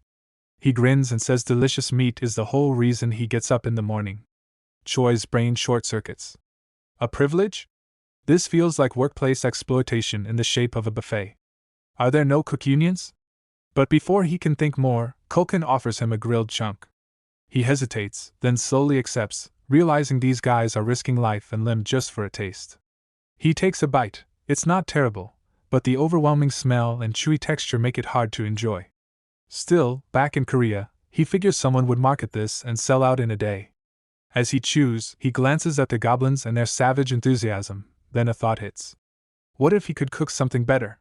Something that earns their loyalty without all the bloodshed? He turns to Rachel and says they should try making food that actually tastes good. She blinks, caught off guard, but his mind is already racing. If he can control their stomachs, he might control everything. He summons the hero shop, fingers flying. With only 70 points left after buying Bobo's toys, he spends 50 on a basic cooking skill and the remaining 20 on a tub of seasoning packed with MSG, pure Korean flavor magic. Rachel stares at him, stunned. What did you just buy? Choi stands proudly, convinced he's just unlocked the ultimate cheat code, F-rank cooking skill and Korean MSG, his ticket to becoming the kitchen god of the demon army. Rachel demands to know what Choi just wasted points on, and with an exaggerated hair flip, he proudly declares it's MSG, the crown jewel of Korean cuisine. She stares at him in horror, shouting that it's just glorified salt and questioning if he seriously had that many points left. But Choi waves her off, calling her a clueless little bird, while he, the phoenix, prepares to summon true flavor from the ashes of mediocrity. He grills the meat with dramatic flair, carefully sprinkling the MSG as the sizzling aroma rises. As it finishes with a golden crust and glistening meat juices, he declares the Maillard reaction complete and proclaims that it's time for him to ascend as the god of this new culinary world. Later, he strides up to Chef Kulkin and offers a piece. Kulkin politely declines, claiming he's full, but Choi insists that it's grilled with soul, and if the great Kulkin-sama were to taste it, his only regret would be not tasting it sooner. Sighing, Kulkin humors him and takes a bite, then immediately falls into a full-blown food-induced flashback. Eyes wide, he's overwhelmed by flavor, memories of a shy childhood and his long-lost mother flooding back as tears stream down his cheeks. Moved, Kulkin hands Choi a generous stash of premium meat for Bobo, reminding him that it'll stay fresh for 2 days and to return when needed. Back at Bobo's house, Choi opens the gate and quickly hands the food to the drooling beast. Bobo devours it with joy, his energy calming as he lets out a contented woof. Choi smirks, calling him his precious baby and promising to hunt again tomorrow. A notification suddenly appears. Bobo's affection has reached the goal. Quest complete. Choi pumps his fist in victory, everything going exactly as planned. Rachel approaches, asking if the quest really finished. He nods with smug satisfaction, feeling like he just cleared a perfect game. He mutters about saving up those hard-earned hero points for later, then notices something extra. 22 bonus points added to the stash. Rachel stares at him in disbelief, demanding if he seriously hasn't used any bonus points yet, and Choi casually shrugs, grumbling that no one gave him a tutorial anyway. She rolls her eyes and begins lecturing like a tiny, exasperated teacher, explaining that bonus points go into 4 core stats: strength for brute power, stamina for toughness, agility for movement and reflexes, and magic for spell casting. Choi tilts his head, asking why charisma isn't on the list. Rachel snaps that charisma's a hidden stat, not something to dump points into. It grows only through effort and action. She advises a balanced build, but Choi, thinking like a veteran min-maxer, wonders if going all in on strength might be more effective. Rachel shuts that idea down, pointing out that later on, magic-enhanced bodies crush pure muscle heads. Weighing it all, Choi assigns 9 to strength, 5 to agility, 5 to magic, and 3 to stamina. Rachel then tells him to buy the basic magic control skill. It's only 100 hero points and unlocks beginner spells. But when Choi checks the store, the skill is nowhere to be found. He frowns and gives Rachel a deadpan glare, muttering that every time he thinks she's hit rock bottom in usefulness, she manages to dig deeper. Rachel yells in protest, swearing it's always there and accusing the system of unfairness. 3 weeks later, in Bobo's room, Choi lies on the floor like a corpse, voice barely audible as he mutters he's finally hit level 100. Rachel calmly explains that experience requirements grow with each level. Choi laughs weakly and curses under his breath, wondering if any other hero had a worse deal. She teases that it's not even a hard job, and he snaps, yelling about how many near-death moments he's had, grabbing her midair like a stress ball. Rachel shouts that leveling usually takes 6 months, and she's just trying to bond. Choi growls that she's always dragging him into chaos, when the door suddenly bursts open and a voice calls out that the corpse handler has summoned him. Later, in Hemis' office, she lounges on her throne with a sly smile, commenting that he's grown stronger and that his magic power has doubled. Choi salutes with a grin, crediting Bobo's gourmet meat feast for his gains, but Hemis isn't buying it. Her eyes narrow as she calmly asks if his power spike is thanks to the hero's leveling system. His brain short-circuits. How could she know that? With a sly smile, she explains she figured it out at their first meeting, thanks to a lunatic she knows who obsesses over hero trivia. Then she brings up their past argument, asking if he remembers.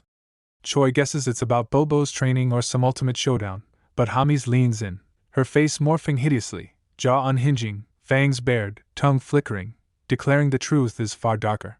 She always knew he was a hero and had been waiting for his growth. If he wants to live, he better entertain her.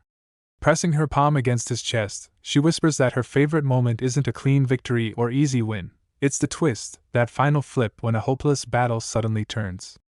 Later, in his room, Choi mutters to himself like a war strategist, realizing that monster psychology isn't so different from drama fans, always hungry for comebacks and reversals. Her warning is clear: if he stays predictable, he dies. Rachel panics, yelling if he's planning to give up and die, but Choi tells her to relax, he's got a plan. Before any fight, intel is everything. Know the enemy. Rachel snaps that they barely know her name. How are they supposed to figure anything out? Choi grins and reveals he's had his eye on a certain hero store item, the power level checker.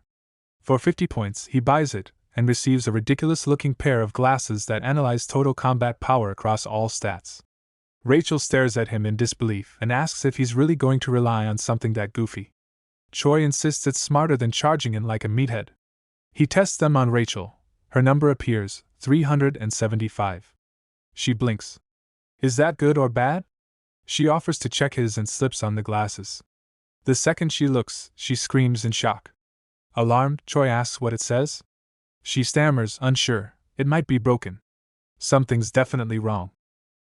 Rachel squints at the data flashing across the glasses and hesitates before saying that something has to be off. Either the gadget's glitched or the situation is truly absurd, because it claims Choi's strength sits at a baffling 1,560, somehow higher than hers. Choi yanks the glasses away with a mix of disbelief and irritation, scoffing about faulty logic and muttering that maybe the problem lies with her, not him. But Rachel's eyes well up as she quietly reveals that just a month ago, her strength was an impressive 10,000. Choi ignores the emotional moment and refocuses on the glasses, muttering that if they work, then it's time to test them properly, turning them toward Bobo. The instant the numbers load, his breath catches in his throat. Bobo's strength shows up as a staggering 47,422. Rachel glances at the reading and mutters in defeat that even their dog outclasses them. Determined to size up the rest of the troops, Choi heads outside and scans the nearby goblins, assuming they'd be weaklings, only to discover that many hover around his level, making him feel slightly less special. Then he spots Culkin and scans him, 14,300. Choi thinks to himself that anyone breaking the 10,000 threshold has to be in the Commander League. Curious, he turns to Rachel and confirms whether the opponent he's meant to face is just a platoon leader. She nods and adds casually that the guy's name is Culkin, and rumors paint him as an orc with the mental sharpness of a pork chop. Choi's hopes rise, figuring a platoon leader should hover around 3,000 strength at most, meaning he might stand a chance. But those thoughts are shattered the moment he spots a massive orc stomping over. The glasses read 6,600.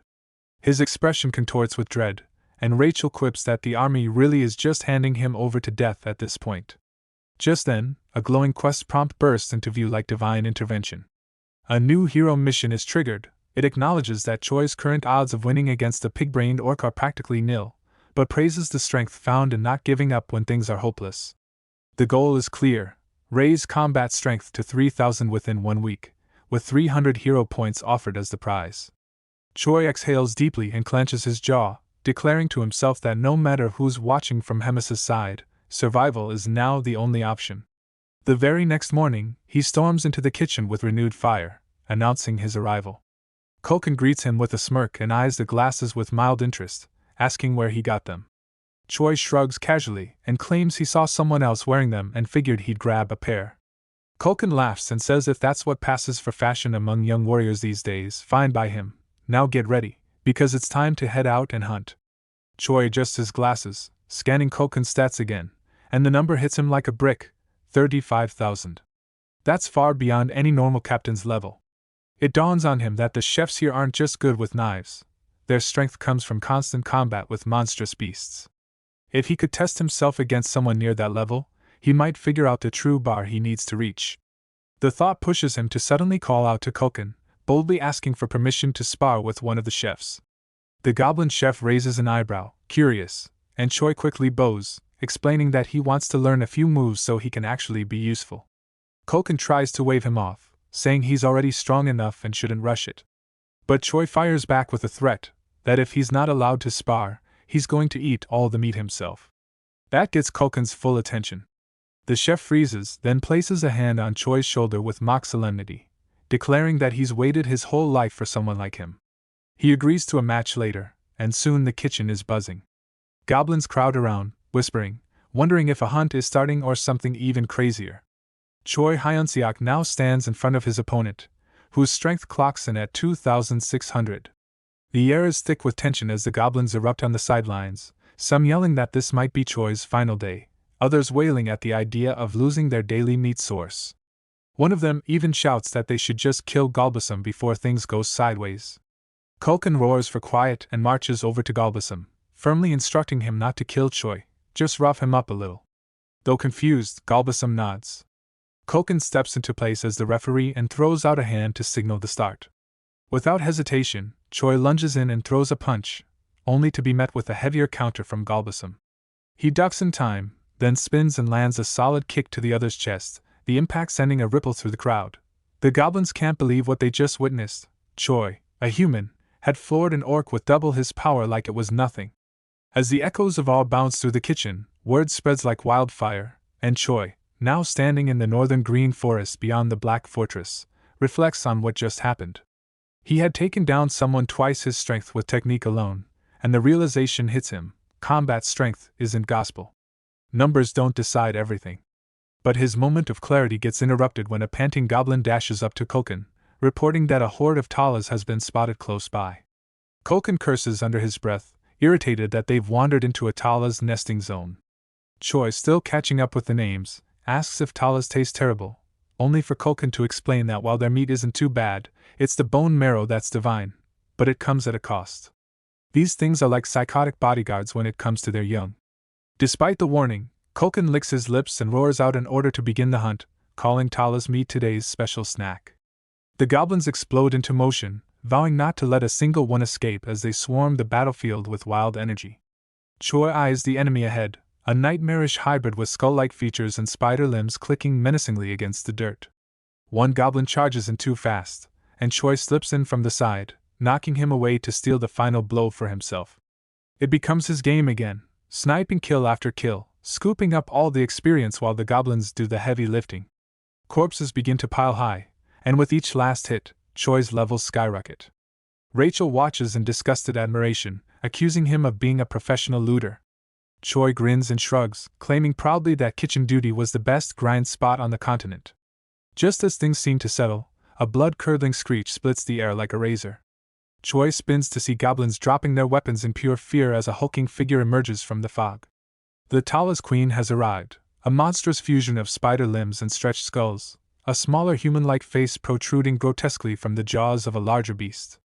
She screams in heartbreak and rage as her eyes scan the battlefield littered with the corpses of her young. Choi, already nervous, fumbles to put on his glasses, hoping to read her power level, but the screen flashes a warning instead: strength not measurable. His breath catches as he realizes the awful truth: they didn't just raid a nest, they committed a massacre, and now they've provoked something that no stat can define. Choi Hyunseok bolts toward Chef Koken, desperation thick in his voice as he shouts for instructions, only to receive a calm, maddeningly composed response.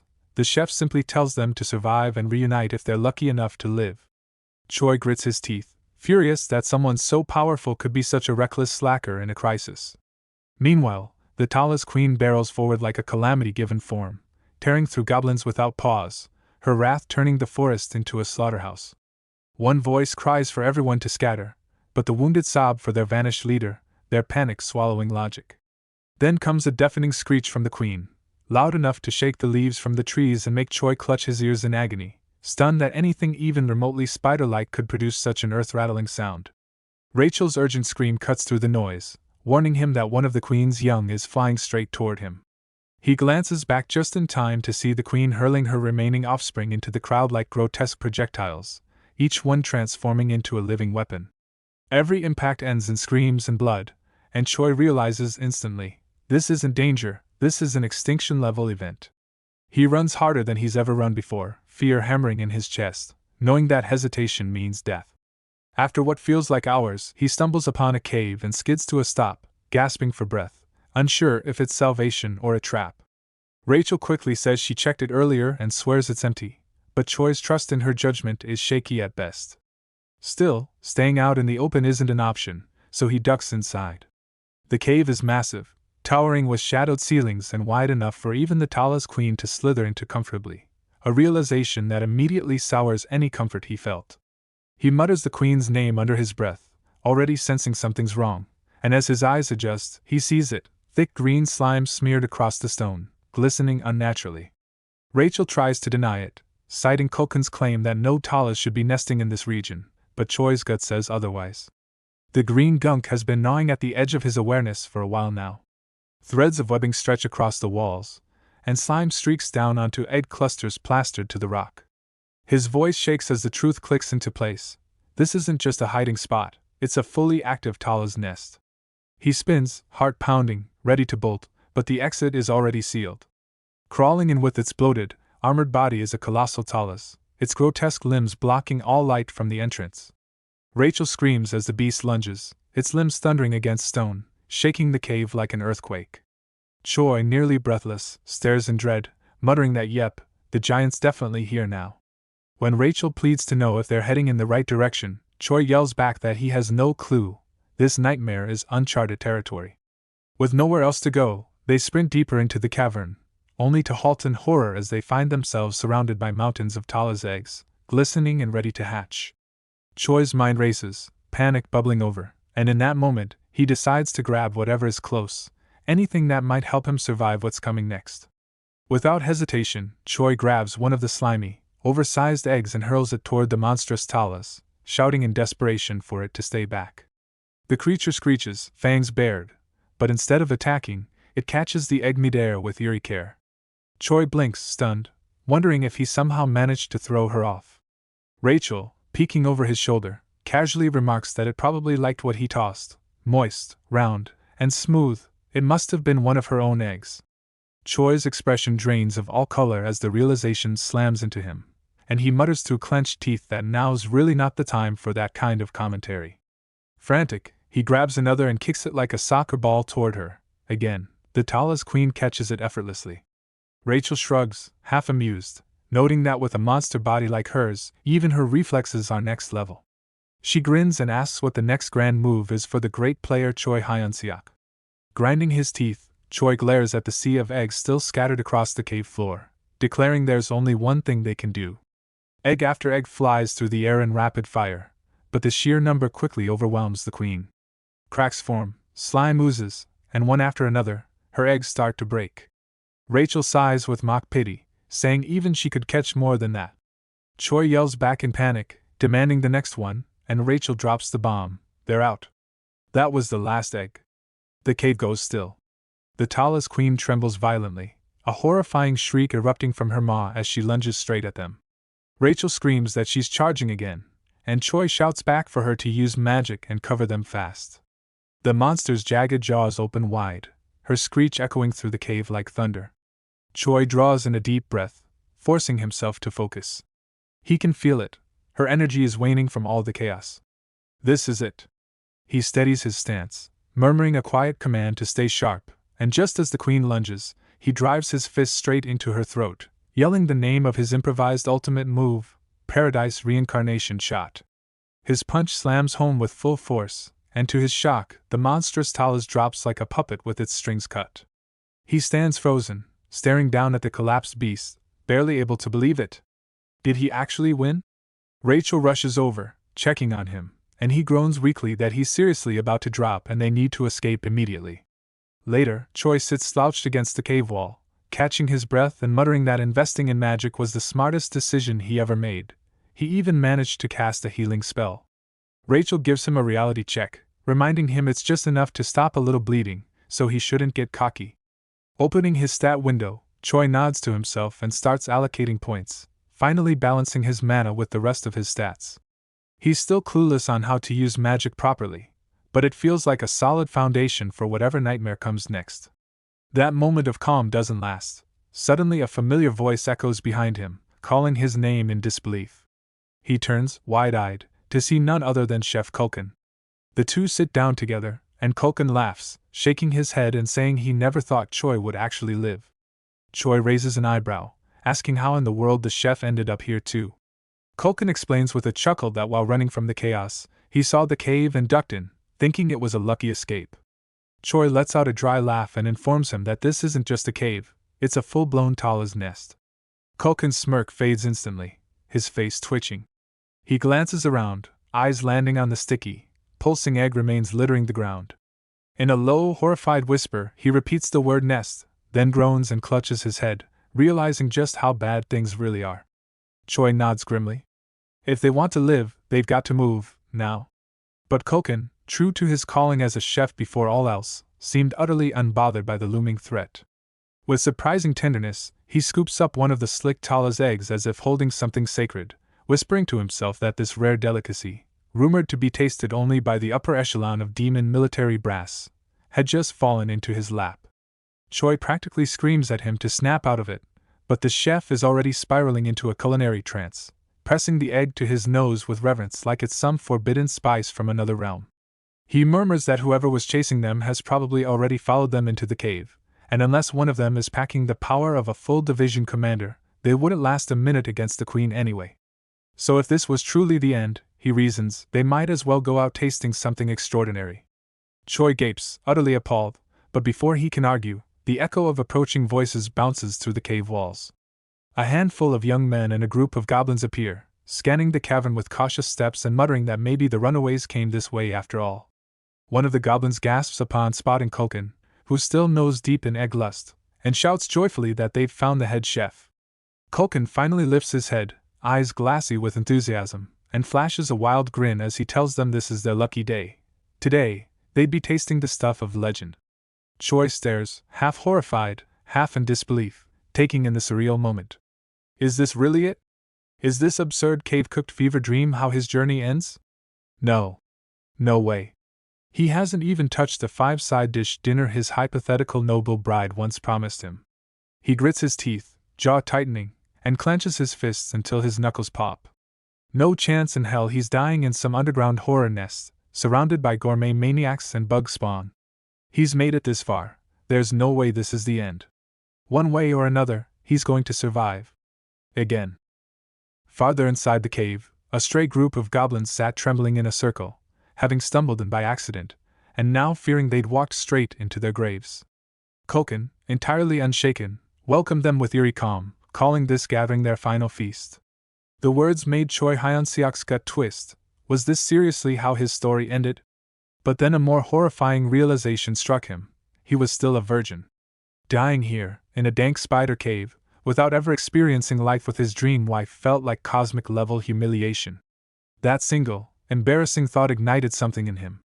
No, he refused to go down like this. He clenched his fists and swore on every cheesy fantasy he'd ever had that not only would he make it out, but he'd drag everyone else along with him. Meanwhile, back at the fortress, inside Commander Hemis' throne room, Riendrun confidently reported the Saintess had been captured. Hemis gave a pleased smile and even patted him on the head like a well-trained dog, which immediately made his face flare red. Their moment was cut short when a shaky goblin rushed in with grim news. Apparently, the cooking squad had run into the Tala's queen. Most were already dead. The rest had vanished. Riendrun's smug grin evaporated instantly. He asked about Hyun-seok, but the goblin couldn't give a straight answer. A heavy silence fell as Riendrun stood frozen, a creeping sense of dread beginning to settle in his gut. Back in the nest, Culkin was still blissfully munching on Tala's eggs while the goblins ate like the end of the world really was today's menu. Choi snapped, unable to stomach the scene. He grabbed the heaviest book in reach and cracked it against Culkin's skull, yelling at him to get a grip. The chef glared at him in disbelief, until he noticed the title of the book, an encyclopedia on demonic beasts. That caught his interest. Choi pointed out a passage noting that Tala's fluids, especially from the eggs, were highly flammable. Instantly an idea sparked. He turned to Culkin and asked if he knew any fire magic. The chef shrugged, saying he did, but doubted it'd make any real difference. Choi ignored him and raised his voice to rally the others. He shouted that he had a plan to escape. The goblins, full and lazy, didn't even blink. So Choi sweetened the deal: survive, and they'd get unlimited high-class monster meat. That flipped a switch. The room buzzed with energy. Then Koken stepped forward and laid a hand on Choi's shoulder, eyes lit with that same wild hunger he had shown when first laying eyes on the eggs. With a mad grin, he said if survival meant getting a taste of whatever Choi planned to cook, then count him in. Choi was a little stunned by the sudden support, but he didn't waste the momentum. He laid out his escape strategy, beginning with the most crucial command of all: run like hell, stick to his lead, and whatever happens, never, ever stop moving. Without hesitation, Choi burst forward like a man possessed, the last egg cradled under one arm, with 7 multicolored goblins and a grinning Koken charging behind him, each clutching 2 Talis eggs like their very lives depend on it. As they erupt from the shadows, the horde of Talis responds immediately, grown monsters and fresh hatchlings alike surging in a chaotic wave to intercept. But everything is unfolding exactly as planned. Koken chants a fire spell and sends a blaze soaring overhead just as Choi slams the egg down, not toward the monsters, but onto the rocky floor. The resulting detonation shakes the cave and catches the attention of every Talis in the area. The larger ones abandon their charge and scramble toward the explosion, frantically trying to stop the flames from spreading. Choi's eyes flash with relief. That was the opening they needed. He yells for the others to push through, sprinting ahead at full speed, and one by one they lob burning eggs to scatter the enemy and widen the gap. But not everyone makes it. Some are grabbed mid-run, devoured before anyone can even react. Choi's heart twists at every scream, but there's no time to look back, no room to rescue anyone. This isn't a battle, it's pure survival. The egg count drops fast. 1 left. With blood pounding in his ears and lungs burning, he searches for a way out, any sign of salvation. Then Rachel shouts, pointing to a narrow passage ahead.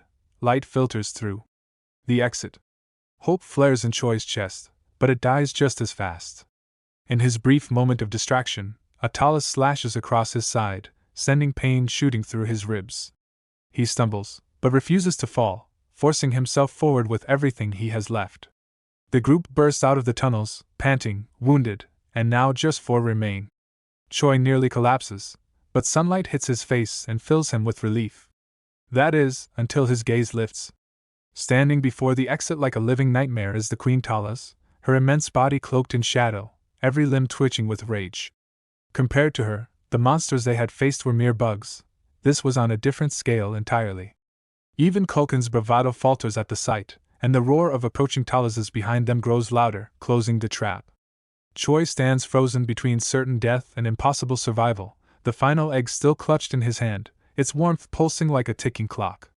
His mind spins, desperate to find an answer, any strategy, before time runs out.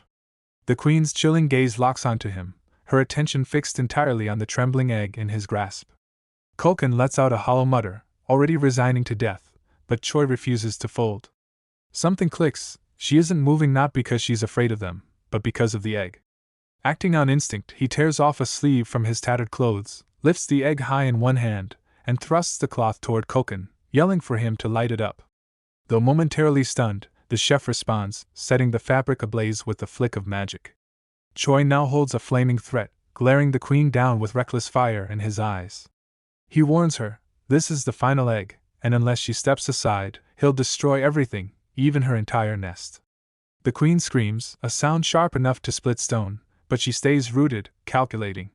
Choi shouts again, insisting he's dead serious, though inside, he knows he's grasping at straws. 1 egg wasn't even close to strong enough to trigger a collapse, but he's got no better play. Gritting his teeth, he tosses the burning egg with all he's got, watching it arc through the air and crash into a weakened pillar. What happens next is nothing short of chaos. The impact sends a thunderous explosion rocketing through the cavern. Fractures spider across the stone ceiling like lightning, and the very ground groans under the strain. Dust and rubble rain down. The goblins are first to react, shrieking as they scramble to escape. Choi's fake bravado vanishes. The danger is real now. With the ceiling crumbling above him, he bolts toward the light, yelling for everyone to move. Behind him, Talises screech in panic, some running for the exit, others still giving chase. A massive boulder plummets and crushes one just a breath behind him, and suddenly, a strange warmth pulses through his chest. He levels up. He skids to a halt, blinking in disbelief. He hadn't done anything, just ran, yet he's stronger now? Rachel's voice explodes behind him as she yanks his hair, screaming at him to keep running. Before he can recover, another Talis is flattened by falling rock, and again, the familiar glow returns. Another level up. More cracks spread, the walls disintegrating as the deeper parts of the cave collapse in a violent chain reaction. Every Talis that dies adds another jolt of energy to Choi's body. The numbers skyrocket faster than he can process, and his mind spins at the absurdity of it all, leveling up not by fighting, but just surviving a disaster he accidentally caused. Everything snaps together in Choi's mind. The cave collapse wasn't just a random disaster, it was his doing. By triggering the explosion, he inadvertently caused the Talis' deaths, and that made him the one racking up all the experience points. But clarity brings urgency. He knows if he doesn't escape fast, he'll be crushed just like the monsters now fueling his level-ups. Heart racing, he turns to Rachel and demands a speed boost. She casts it instantly, and the surge of energy that fills his body gives him hope. He just might survive. But the Queen Talis still stands between him and freedom, more menacing than ever, blocking the exit like a living wall. Then his eyes catch on something unbelievable. Chef Kulkin, standing defiant in front of the Queen, holding out an egg like a peace offering. Somehow, he'd kept one hidden. He wasn't running. He wasn't begging. He was giving up the one thing he loved most, food, to buy Choi precious time. It wasn't for himself. It was for them. For a second, Choi dares to hope she'll accept it. But the Queen doesn't even blink. Her massive leg shoots forward, piercing straight through Kulkin's chest, ending him in an instant. Choi watches it all in motion, too far to help, too close to ignore, and it burns into his mind as he runs. Guilt, rage, and the will to live all surge inside him. He has to make it out, for Kulkin's sake if not his own. The goblins are gone, the chef is dead, and now the Queen zeroes in on her final target, the one who caused it all. Choi sees her shift, eyes scanning, and he knows she's hunting him. He spots a small gap beneath her towering frame and makes a run for it, hard hammering, hoping to slip past before she notices. He dives low, adrenaline blurring his vision, and for a split second, freedom feels within reach, until he feels something snap around his hand. A sticky green thread yanks him back, webbing from her mouth dragging him straight into her grasp. Panic explodes in his chest as he flails, the Queen looming above, ready to finish him off. But then, just as her claw plunges down, a blur of motion crashes between them.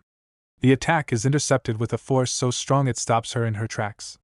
Choi blinks through the dust and web, eyes widening in shock as the figure comes into view, Reindrun.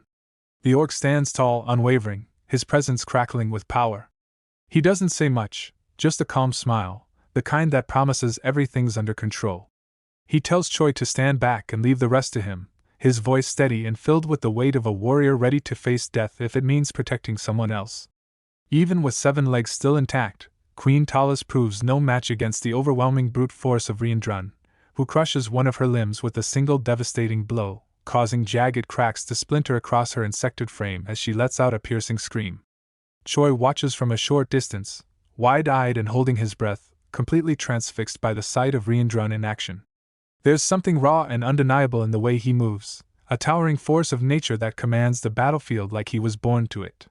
For Choi, it's more than impressive, it's awe-inspiring, the kind of strength that feels out of reach but impossible not to admire.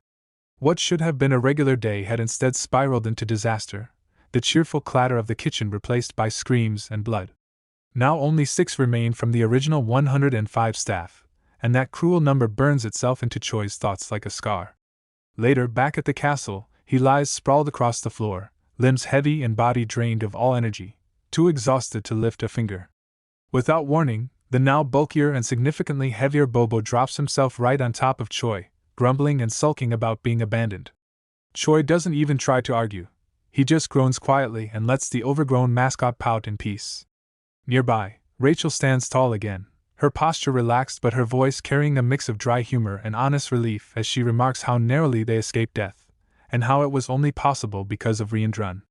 Choi nods faintly in agreement, though his gaze grows distant, clouded with unease. His next opponent is an enormous orc with a battle strength of 6,000, an overwhelming figure that swallows whatever hope he'd been holding onto. That number feels surreal, like trying to measure a tidal wave with a teacup. But Rachel isn't worried. She lifts an eyebrow and reminds him how far he's come in just a single day. His level has skyrocketed, up 75 levels, now at 200. Twice the strength he had before. Still not enough, maybe, but not insignificant either. When she questions whether that 6,000 is raw orc power, Choi raises his hands in a clueless shrug, still processing it all. Rachel doesn't let it slide. Her tone sharpens slightly, eyes narrowing as she insists that power alone won't get him through the next battle. He'll need magic too. Choi hesitates, then admits quietly that he doesn't understand magic at all, not even the basics. But Rachel isn't ready to back off. Her voice softens, thoughtful, as she recalls the moment he brought down that full-grown Talis with a single strike. That wasn't just strength, she tells him, it was something more. That surge, that unnatural energy, it was magic, whether he realizes it or not. Choi blinks, caught off guard, insisting he doesn't remember using any magic. But the more he thinks about it, the harder it becomes to deny. That strange pulse of energy, that sharp focus just before the kill, maybe it wasn't just adrenaline after all. The thought unsettles him, yet stirs a strange excitement, as if something dormant inside him is just beginning to wake. Their conversation cuts short as the door creaks open and Reendrun enters Bobo's room, his towering figure instantly tightening the air and the space. Without a word, Rachel vanishes, slipping out of sight to avoid being seen. Left alone, Choi forces himself to stay composed and greets the orc with forced politeness, asking what brings him here. But Reendrun's demeanor is different, his expression sharp, tone firm, as he orders Choi to come with him. Commander Hemis wants to speak with him. A short walk later, they arrive in her office, and what follows stuns them both. Reendrun formally requests to personally train Choi. The declaration leaves Choi speechless, and even Hemis can't hide her surprise, questioning what would push Reendrun to mentor a human. His reply is simple but sincere: Choi's next opponent is too powerful, and he doesn't want to see him die. He believes there's promise in the boy, and he wants to help him grow stronger. To Choi's disbelief, Hemis grants permission without hesitation, clearly unwilling to oppose someone of Reendrun's stature. As they turn to leave, Choi expresses his thanks, pretending he had hoped for something like this from the beginning. But Hemis's composed exterior hides something else, an unease that's been growing with every step of Choi's evolution. Now that Reendrun's backing him, the path to victory feels far too clear, and she silently vows to step in from the shadows, determined to tip the balance before it's too late. After a short walk, Reendrun halts and gestures around the wide, rugged expanse, declaring it his personal training ground. Choi blinks in disbelief, scanning the vast stretch of open land, wondering how such a massive space could possibly belong to just one commander. But Reendrun isn't in the mood for small talk. His gaze sharpens as he observes Choi, pointing out the obvious flaw. Despite the immense mana coursing through him, Choi doesn't know the first thing about how to use it. His strength may be rising fast, but without control, it's meaningless. And with only 4 days left until the battle, there's no time for slow, careful training. The only option left is brute force. Without any warning, Reendrun clenches his fist and drives it forward with terrifying might. The punch lands like a cannon, sending Choi flying backward. Pain roars through him, but Reendrun's voice cuts through it coldly. Pain is part of growth, so stay alert. Choi stumbles, barely catching himself, rage bubbling to the surface. He yells in shock, accusing Reendrun of trying to kill him, not train him. But Reendrun's stance remains steady. He raises his fist again, voice steely as he warns that the next hit could end him unless he uses mana to defend. Driven by pure instinct, Choi throws up his hands and braces, just in time to shield himself as the blow slams into him. Smoke trails in his wake as he skids across the ground, breath heaving. Reendrun doesn't let up, raising a leg and watching carefully. Despite Choi's lack of brute force, his reflexes and awareness are razor sharp, easily matching that of a trained knight. His endurance is abnormal. Choi clenches his fists, eyes fierce and jaw tight, bracing for the next round. For a split second, Reendrun pauses. This isn't just luck. The kid has raw battle instinct, something untaught but deeply rooted. Trusting his hunch, Reendrun grounds himself and reminds Choi of their deal. Without mastering mana, there's no hope against Kulkin. Better to collapse here than be crushed in front of a crowd. Then, with another merciless blow, he launches Choi into the air again. His body twists mid-flight before hitting the ground with a heavy thud. Choi grits his teeth, the weight of the moment pressing down on him. One more mistake, and it could all end. I haven't even married yet, haven't even held my own kid, he thinks bitterly, coughing up dust. Riendrun's eyes burn with brutal focus as he charges in, arms slicing through the air. Heart racing, Choi balls his hand into a fist, his whole body quaking with fear and determination. This is it. Either he stops this, or he dies. Without hesitation, he throws his fist forward, and suddenly mana erupts from it in a violent blast. Please, God, if you're listening. The two forces collide with an earth-shaking roar, sending a shockwave through the ground as dust and power explode in every direction. Rachel gasps as Choi slams into the ground, motionless and barely breathing. Alarm floods her face while Riendrun steps forward, crouching beside him and peering down with narrowed eyes. In a low voice, he mutters that Choi had managed to control it. Did he even realize what he'd just done? Trembling all over, Choi raises one hand shakily and, with a flicker of pride behind his exhausted expression, forces a weak grin and a thumbs up. Maybe God really did listen. Riendrun grabs his wrist firmly and praises him, voice steady now. If he continues like this, they might actually win. Uncurling his claws, he tells Choi not to move as he channels dark mana into his body to heal him. But the moment the energy touches Choi, a bolt of searing pain rips through him. His eyes go wide in horror, limbs thrash uncontrollably, and an agonized scream bursts from his lungs. Riendrun's eyes widen in sudden realization. He'd completely forgotten dark mana is poisonous to humans. Cursing under his breath, he quickly gathers Choi in his arms, his voice quieter now, regret heavy. He didn't mean to hurt him. Just hold on a little longer. The world itself is a delicate balance of opposites. Dark mana counters mana, mana breaks divine power, and divine power suppresses darkness. Every force belongs to a race, mana to humans, dark mana to demons, divine power to those devoted to God. Long ago, the Church of Tussis, the continent's mightiest religious authority, had swept across the lands in a bloody holy war, wiping out rival faiths and establishing the divine empire of Getrin. Within this empire, only those chosen by the Church, those who claim to hear God's voice, may be declared saints.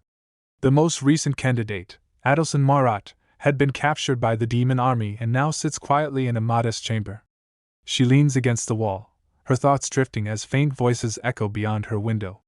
A group of goblins whisper nearby, their chatter floating through the breeze. One speculates the saintess is inside that room. Another scoffs, pointing out she hasn't prayed in days. A third insists Riendrun would never misjudge something so important. Listening quietly, Adelson smirks to herself, unmoved by their words. The idea of praying now feels laughable. Being locked inside that suffocating church was far worse than this. Without warning, the door slams open and Riendrun storms in, carrying Choi's unconscious body tightly in his arms. His voice booms as he demands the saintess wake up immediately. Annoyed by his lack of manners, Adelson throws him a sharp glare and scolds him for barging in so rudely, but he doesn't even flinch. Without a word of apology, he lays Choi on the bed, issuing a firm command, heal him. Meanwhile, deep within a void of darkness, Choi floats between consciousness and pain, his head pounding endlessly. He curses the agony, barely holding on to his thoughts, and bitterly wonders if the last hand he held in this life belonged not to Rachel, but to a man. How tragic. If he had to die, it should have been with her nearby, not like this. A flicker of awareness returns as his eyes crack open, and before him stands a silver-haired woman in white. His mind blanks in confusion and awe. Who's this silver-haired beauty? For a moment, he just stares, baffled. But as the haze clears and the weight of reality sets in, despair returns with a vengeance. Pulling the blanket over his face, his eyes brim with self-pitying tears as he spirals into melodrama. He convinces himself that he's died once again and ended up reincarnated in some new world. Under the covers, he curses the angel who threw him into this mess, blames Rachel for being a demon in disguise, and makes grand declarations about becoming an archmage at 30 if that's what it takes. And if he had to be reborn as a hero again, could someone at least agree to marry him first? Nearby, Adelson observes the scene with a blank expression, arms folded and eyes half-lidded, as if the entire spectacle is beneath her notice. She sighs, long and tired, then mutters under her breath that he's utterly hopeless, beyond pathetic. Her dry remark lands with perfect timing, the only reply to Choi's endless, delirious rambling. But before he can react, Riendrun bursts back into view and pulls him into a tight, bone-crushing hug. Choi jolts, breath catching as it hits him. He's alive. Not a dream, not a hallucination, he somehow survived. The wave of relief is immediate, but quickly gives way to dread as he slowly tilts his head toward Adelson, horror creeping into his face while he recalls every ridiculous, humiliating thing he said while half-conscious. Meanwhile, Reendrun gets straight to business, his tone brisk as he asks whether the healing worked. Adelson doesn't react to the question immediately. She holds his gaze for a moment before answering with measured calm. No, she says, he's not out of danger yet. The dark mana still lingers inside him, stubborn and deep-rooted. Trying to force it out now might end his life. It has to disperse naturally, over time. Reendrun's face tightens with guilt, his voice low and remorseful as he promises he'll make up for this mistake through relentless training. Choi, half-dazed and still aching, tries to muster a dramatic comeback, hoping to regain some pride, but he doesn't get far. Reendrun grabs him without a word and hauls him off like luggage, ignoring every protest. Some time later, Bobo casually strolls into view, dragging Choi by the head as if he weighs nothing. Choi, winded and miserable, manages to rasp out a thanks for the assist, groaning about the cursed aftereffects of the dark mana still messing with his system. He lifts his eyes toward Rachel, searching for sympathy, expecting her usual snark, or maybe a scolding wrapped in concern, but instead, he freezes. She's curled up in the corner, weeping openly, shoulders trembling as she cries out to her God in anguish. Her voice cracks as she mourns, overwhelmed by the cruelty of it all. Just when it seemed like everything was finally changing for the better, fate turned cruel again.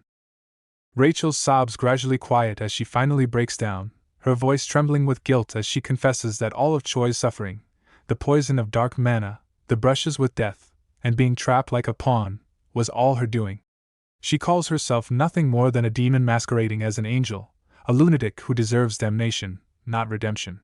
Choi goes stiff, the words echoing painfully in his mind. They're the same cruel ones he had once flung at Adelson. Wanting to ease the tension, he jokes that she's the best buff item in the world, a top-tier blessing in battle. But Rachel sees through it instantly and snaps back, wounded, pointing out that he doesn't really mean that. His attempt at humor dies on his tongue as silence falls between them, heavy with regret. Days pass, and Choi now lies sprawled face down in the dirt, broken by Reendrun's relentless training. His body aches with every breath, and Adelson approaches with a look of mild irritation, hands glowing as she heals him with little enthusiasm. Gathering what little pride he has left, he nervously asks if she could pray for him, not because he's pious, but because he's scared of dying tomorrow, and whether she might come to watch him fight.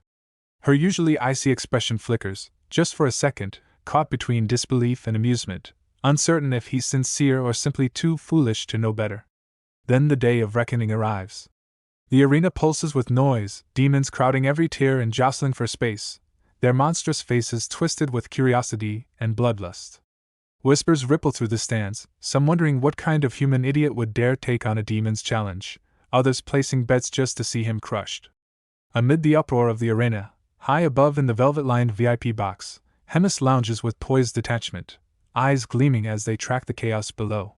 She leans slightly toward Reendrun, voice light but laced with something colder, asking who he thinks will survive. He answers without hesitation, gaze fixed forward, Choi will win. He's seen the boy bleed, train, fall, and rise again. His belief isn't blind, it's earned. Hemis hums in amusement, lips curving into a shadowed grin, and casually proposes a wager. If Choi wins, Reendrun continues his training. But if he loses, Reendrun must end him himself, for what is loyalty if not burdened by consequence? A chill coils along his spine, but pride won't let him flinch. He agrees, knowing full well the edge they now walk is razor-thin. Far below, Choi steps into the ring, the weight of the crowd crashing down like thunder. His heart slams in his chest as he breathes deep, fists clenched, trying to lock his fear away. He reminds himself of the endless drills, the nights spent half-dead, clawing through levels with nothing but fury and grit. He's not that same helpless boy anymore. A subtle nod anchors him, but the voice inside mocks his resolve, calling him foolish. Just then, Rachel snaps at him from the sidelines, voice sharp with irritation, asking what he's daydreaming about now. Flustered, he glances away, too embarrassed to admit the truth. He'd been caught up imagining a date with Adelson, picturing what it'd be like to walk beside the saintess under moonlight. The fantasy evaporates as the arena shakes with the announcer's booming voice, revealing his opponent, Kirkin, lieutenant to the demon commander. The crowd erupts with savage excitement. When the monster steps in, towering and feral, the ground beneath Choi's feet feels like it might crack. He fumbles to read the stats through his glasses and freezes. Over 10,000. The number slams into him like a hammer, all color draining from his face. Even Rachel and Riandran, steady as ever, betray a flicker of unease, the kind that only surfaces when something doesn't add up. Something about Kirkin's power isn't just overwhelming. It's wrong. Hemis leans over to remind Riandran smugly that a deal is a deal. Wiping sweat from his brow, Choi mutters about how nothing is ever simple, but deep within, a flicker of stubborn fire stirs. The match begins. He charges forward like a man with something to prove, or maybe nothing to lose. Kirkin swings his enormous club, grazing Choi by a hair as he ducks low and delivers a punch to the giant's ribs. But Kirkin doesn't budge. Panic creeps in, then Kirkin's counterattack lands, smashing Choi across the arena like a ragdoll. The world spins, but Riandran's words echo in his head. It's not brute strength, it's the killing intent that defines real combat.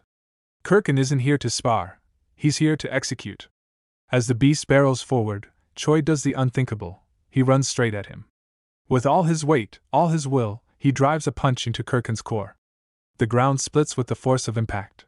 For one long moment, silence devours the crowd. Dust hangs in the air. Then it clears, revealing Kirkin still standing, but now with a gaping hole torn clean through his chest, wide enough to swallow a boulder. Choi has done it. He just unleashed Riandran's first form, instant obliteration. The towering beast sways for a heartbeat before crashing to the ground with a deafening thud that shakes the entire Colosseum. The arena falls deathly still. Then, in a single breath, the silence bursts into madness. The crowd erupts in deafening cheers, their voices crashing together in disbelief and wild excitement. Chants rise, echoing off the stone walls like rolling thunder. The announcer bellows over the chaos, his voice cracking as he declares the unthinkable: Choi, the human, is the winner. Stunned, Choi barely registers the words. He lifts a shaky fist, heart pounding in his chest like a drum, sweat soaking through his clothes. Every nerve screams in pain, every breath feels too short. He can hardly believe it. Somehow, he's still standing. Somehow he won. He mutters under his breath that Riandran's fighting style is completely insane, effective, sure, but absolutely never again. Up in the stands, Rachel leaps to her feet, cheering so loudly her voice cuts through the roar of the crowd. Her face is bright with pride, hands clapping like she's watching her favorite fairy tale come true. But Choi's victory is short-lived. His breath stutters as his eyes lock onto the impossible. Kirkin's enormous corpse, still just moments ago, twitches. A tiny, almost imperceptible jerk. Then it happens again. And again. Each movement sends a cold jolt down Choi's spine, his instincts screaming that something is terribly wrong. He staggers back, horror dawning in his eyes as Kirkin's mangled body begins to rise. Limbs bend at unnatural angles, bones crack and twist, driven by something unseen. The thing coming to life now doesn't feel alive at all. Gasps spread through the crowd like a contagious shiver, confusion and dread mounting with every breath.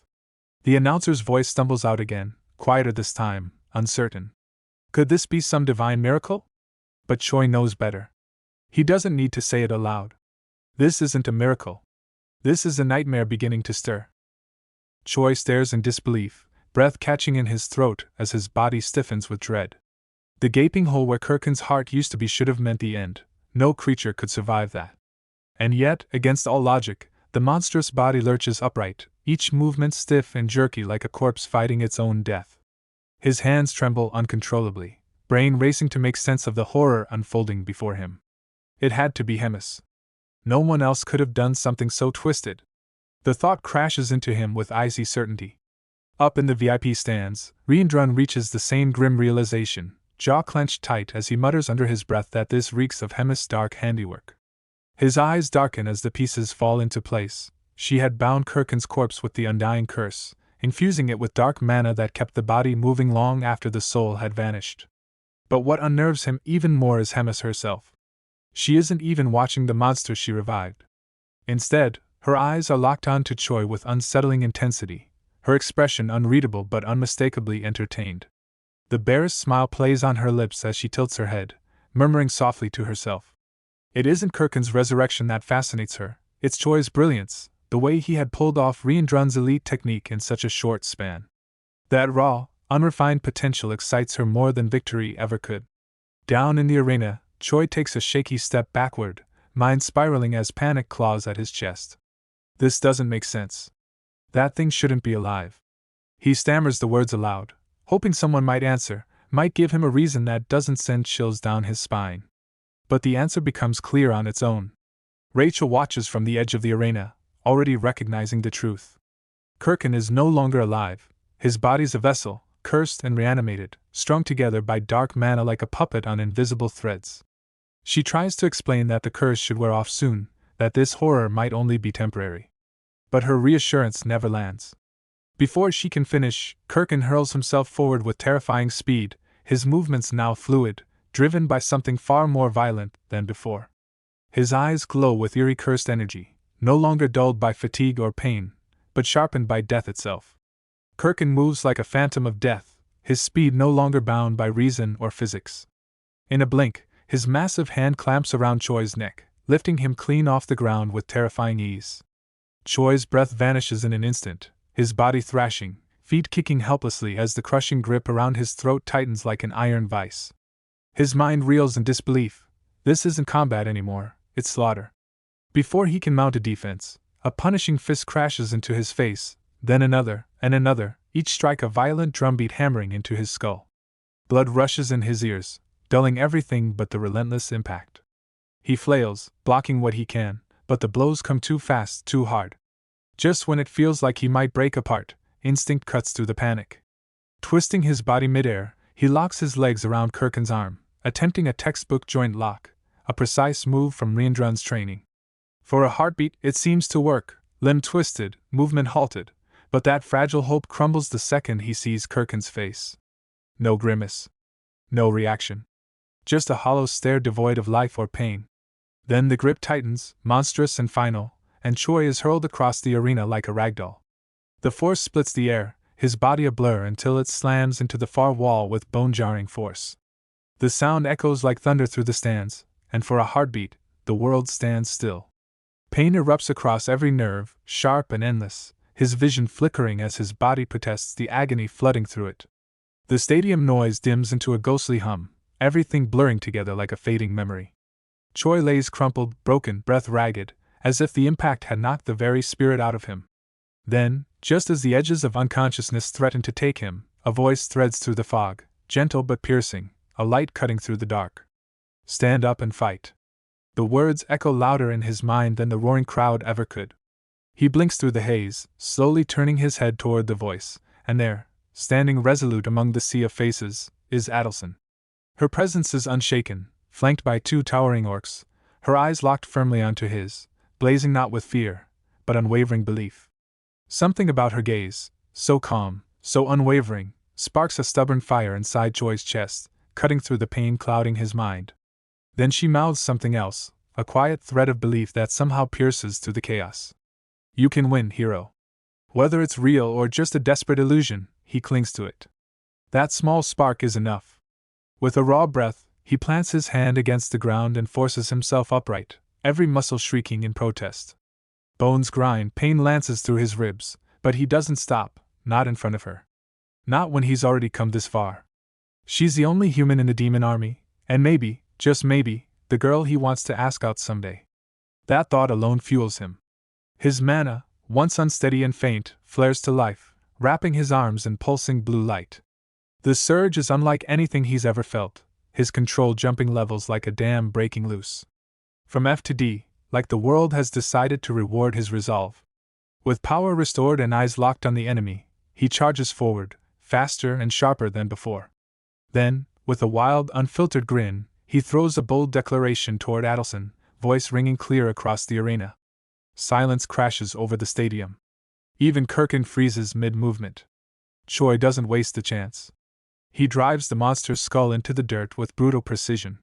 Yet the cursed beast refuses to stay down, rising again, fiercer, wilder. But fear no longer chains Choi. Fueled by raw intent alone, he drives his fists forward again and again, each strike crunching bone, scattering resistance like brittle wood. The air grows heavy, every blow reverberating through the training grounds as the audience stares in breathless awe. Somewhere on the balcony, Hemis and Riendron exchange a glance, uneasy. This is no longer just skill or potential, something primal and volatile is stirring within him.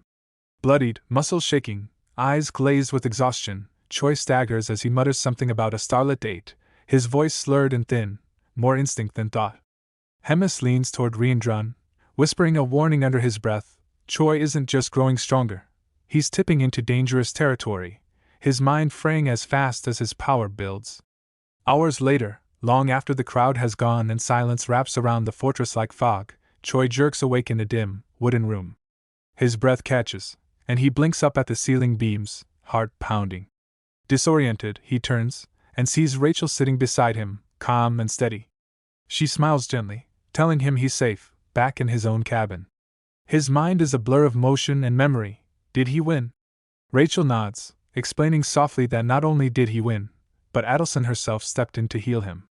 The words sink in slowly. Still dazed, he lifts his interface, blinking at the numbers now glowing on the screen. 12 levels. Mana control advanced twice. A leap that should have taken years compressed into a single, brutal afternoon. Even Rachel looks stunned.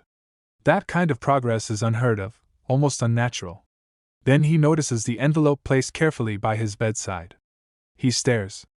A letter? At that same moment, across the fortress, Adelson stands quietly by her window, pale moonlight outlining the sharp lines of her face. Her thoughts circle him like slow-turning gears, his potential, his overwhelming will. There's admiration, yes, but concern shadows it. His strength is real, undeniable. But it's the force beneath, the recklessness, the refusal to break, that makes him dangerous. Luck played no part in his rise. And that truth unsettles her. With a quiet breath, she slips out into the corridor, requesting a walk beneath the stars.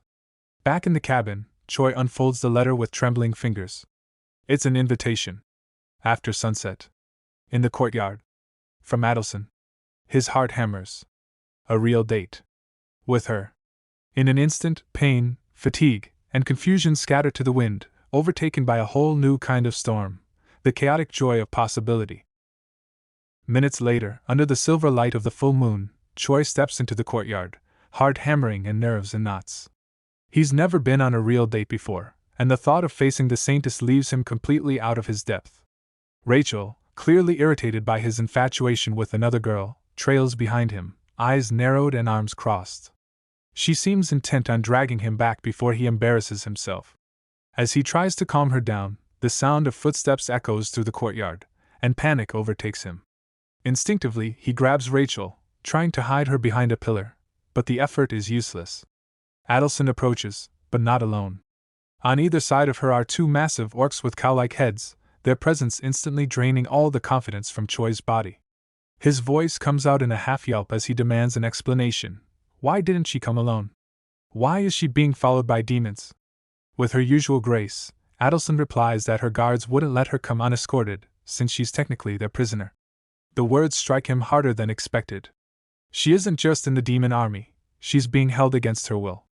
But instead of processing the significance, his thoughts spiral into pettiness. He's 29, and yet again, something ridiculous has ruined his chance to feel like an adult man on a date. Seeing his nerves unravel, Adelson suggests they take a walk, perhaps to help him settle. He jumps at the idea, and they begin pacing the moonlit courtyard, her guards trudging along a few steps behind. For her, it's a simple stroll. For him, it's pure chaos. Every second beside her sends a current of static racing down his spine, each accidental brush of their sleeves setting off sparks that only grow more intense under the watchful glares of those hulking orcs nearby.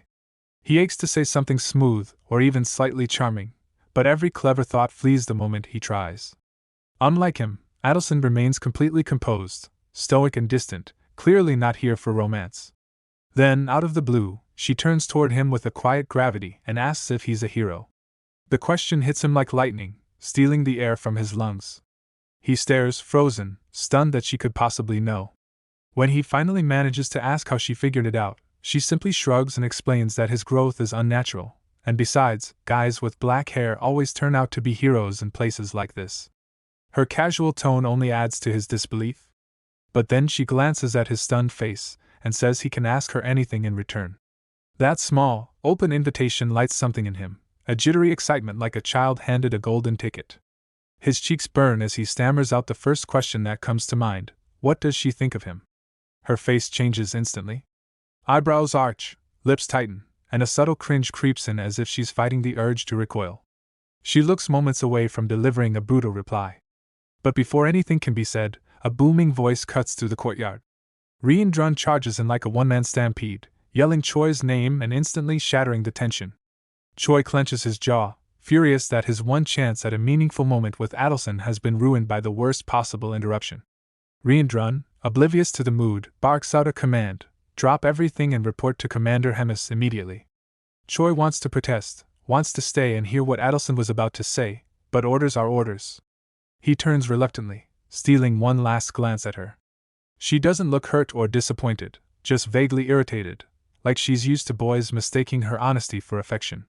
Wordless, she turns and allows her orc guards to escort her back to captivity. At Hemis' office, the commander greets Choi with an amused smirk, casually congratulating him for surviving a battle she'd honestly expected to kill him. Without wasting time, she reminds him of her original offer, to defeat the enemies she assigned in exchange for her protection, and maybe, if he survived long enough, a position under her command. What began as a joke to keep things lively now seems worth investing in. She glances at Reendrun, recalling how Choi had once said the kid had what it took to become a commander. Turning back, she tells him that squad leader isn't enough anymore, she wants more from him. Shifting the topic, she brings up the chaos caused by the demon chefs, revealing that the army's food supply has dropped to a critical level, so bad they might start considering cannibalism if things don't improve fast. Choi stares blankly, unsure why she's bringing this up, until she steps forward, grips his shoulder with a weighty hand, and drops the bomb. From now on, he's in charge of the cooking unit, replacing the recently disgraced Chef Culkin. He's free to assemble his own team, but she wants the kitchen fully operational in 2 days. Choi walks out of the office feeling like the universe is playing a cruel joke on him. One moment he's dreaming of a date with Adelson, the next he's somehow in charge of feeding a demonic army. Forcing a half-hearted smile, he mumbles that he'll try his best, though every bone in his body protests.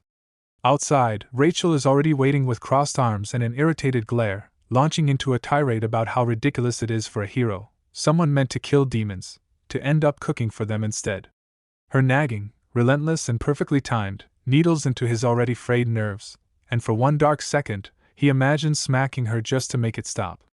But he exhales sharply, shoves the thought aside, and clutches the assignment paper like it might offer divine guidance. No such luck. Then a new idea sparks. He slides on his special glasses, eyes gleaming with sudden purpose, and begins scanning for potential recruits. Not long after, he spots a crouching figure with glowing eyes. His curiosity piqued, he calls out, only to be greeted by a sneering, ugly goblin who clearly has no idea who he's talking to. The insult is hard to swallow, but Choi plays along, pretending to take the jab while his patience thins. He's bowed to goblins long enough. Not anymore. With a swift stride forward, he kicks the goblin in the face and loudly claims his new authority as unit commander. With the confidence of someone who's finally flipped the hierarchy, he orders the goblin to gather whatever's left of the cooking squad. The goblin grudgingly obeys, returning with the rest of the team. Choi scans them with growing dismay. Their power levels are pitiful, most barely scratching 2,000, the highest barely over 3,500. The squad looks more like a group of exhausted line cooks than soldiers, and to make matters worse, there are fewer than 30 of them. Weren't there supposed to be over 300? His heart sinks. This was worse than he thought. How could they possibly hunt and cook at the scale Hemis demanded?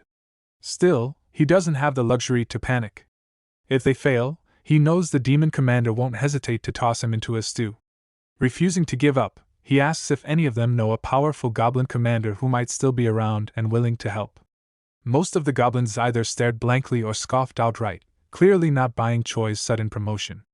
A few mocked him with crude nicknames like Machine Barbecue, openly ridiculing the idea that a mere human thought he could command them. One particularly loud-mouthed goblin, clearly not all there in the head, shouted that Choi looked more like a juicy snack than a boss. The insult barely left his mouth before Choi hurled himself forward like a human missile, slamming the goblin against the wall with enough force to leave him crumpled and dazed. Straightening his back, Choi decided enough was enough. If words didn't work, action would. He calmly pulled out the document signed by Commander Hemis, held it high, and stated loud and clear that he was now the official commander of the cooking unit. The goblins fell silent, eyes locked on the undeniable proof, no longer able to challenge his authority. Wasting no time, Choi demanded answers. Why were their numbers so low? One goblin, suddenly very proper, gave a military salute and explained that ever since the Talis incident, the remaining squad members had been forced to fend for themselves without leadership, resulting in most being wiped out by wild beasts. It all clicked. Of course, goblins weren't exactly known for strategic thinking. They probably charged into death like it was routine. Trying to build something functional from this mess, Choi asked who their best cook was. Instantly, every finger pointed toward the same ugly goblin. Without hesitation, Choi named him Gal-Lum, promoting him to sub-commander. He casually asked if anyone had complaints, but after what they just witnessed, not a single goblin dared speak. With that handled, Choi sat down and assessed the situation. The numbers didn't lie. He needed at least 200 people to make the kitchen work, which meant recruiting over 170 in just one day. It sounded absurd, but an idea began to form, one so crazy it might actually work. At the crack of dawn, Choi headed out with Rachel and Bobo to begin the recruitment.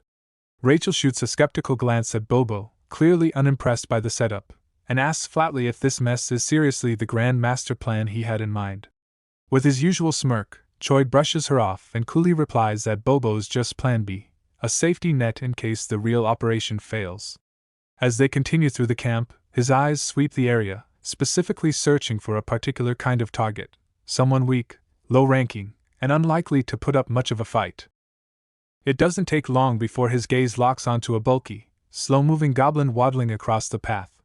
Without pause or warning, Choi bolts forward and launches a full-force kick straight into the goblin's face, sending him flying back into the dirt with a stunned cry. A dazed grunt escapes the goblin as he struggles to make sense of the sudden assault, blinking up in confusion. Choi grins down at him with zero remorse and immediately christens him Mole, announcing to no one in particular that he's now part of the kitchen unit. Still groaning on the ground, Mole tries to sit up, but before he can object, Choi slams another sharp kick into his jaw, knocking the argument right out of him. He crouches down beside the groaning goblin and explains in a mock-friendly tone that this is the official first recruitment into his brand new force. In the demon world, he says, status isn't earned through consent or skill, it's all about timing, beatdowns, and initiative. If Mole accepts right now, he'll outrank all future recruits. Still rattled from the back-to-back kicks, Mole doesn't respond, but Choi waves that off as irrelevant, declaring him enlisted regardless. With a sudden shift to business, Choi gives Mole his first assignment: go out and gather 5 more goblins to join the kitchen unit. He frames it like a rare opportunity, an easy promotion with perks. Then, with a crooked smirk, he adds the final twist to sweeten the offer: if the group ever messes up and punishment follows, Mole will only get hit once, while each of his recruits will take 5 strikes instead. It's a glimpse into Choi's twisted hierarchy, where pain is delegated downward and loyalty is bought through warped incentives and brute force. A goblin leisurely chews through a thick steak, savoring each bite with a smug grin, claiming that a calm, elegant meal is always a sign of peace. This goblin is none other than Doris, Major of the Demon Army's 3rd Company, 3rd Division. Her indulgence is abruptly interrupted when a flustered subordinate barges into the room, shouting about an emergency. Irritated, Doris dabs her oversized lips with a cloth and mutters how inelegant the interruption is, demanding to know what all the noise is about. The goblin urgently reports that their soldiers are leaving in large numbers. Narrowing her eyes, she assumes they must be deserters, scoffing that their only duty is to serve her. But when the goblin clarifies that the troops are flocking to the mess hall instead, her interest peaks. She mentions the new head chef, the human that Commander Hemis seems so fond of, and casually suggests sending a warning. But the goblin panics, insisting that won't be enough. Over 200 of their soldiers have already been taken. That makes Doris freeze. Her eyes widen in disbelief as she repeats the number, stunned. Meanwhile, on the training grounds, Rachel excitedly informs Choi Hyunseok that they've successfully recruited over 200 troops. Choi beams with pride, noting how intelligence always pays off. But before he can finish his thought, a booming voice shakes the air: Doris has arrived. Sitting on her massive shoulder is a smaller goblin, and the sheer size of her figure makes Choi's stomach drop. He quickly puts on his special glasses, trying to assess her combat strength, only to get a warning that the device can't measure power levels beyond 50,000 and may break if pushed further. Choi gulps, realizing this is seriously bad news. He immediately signals to wrap things up and flee. But it's too late.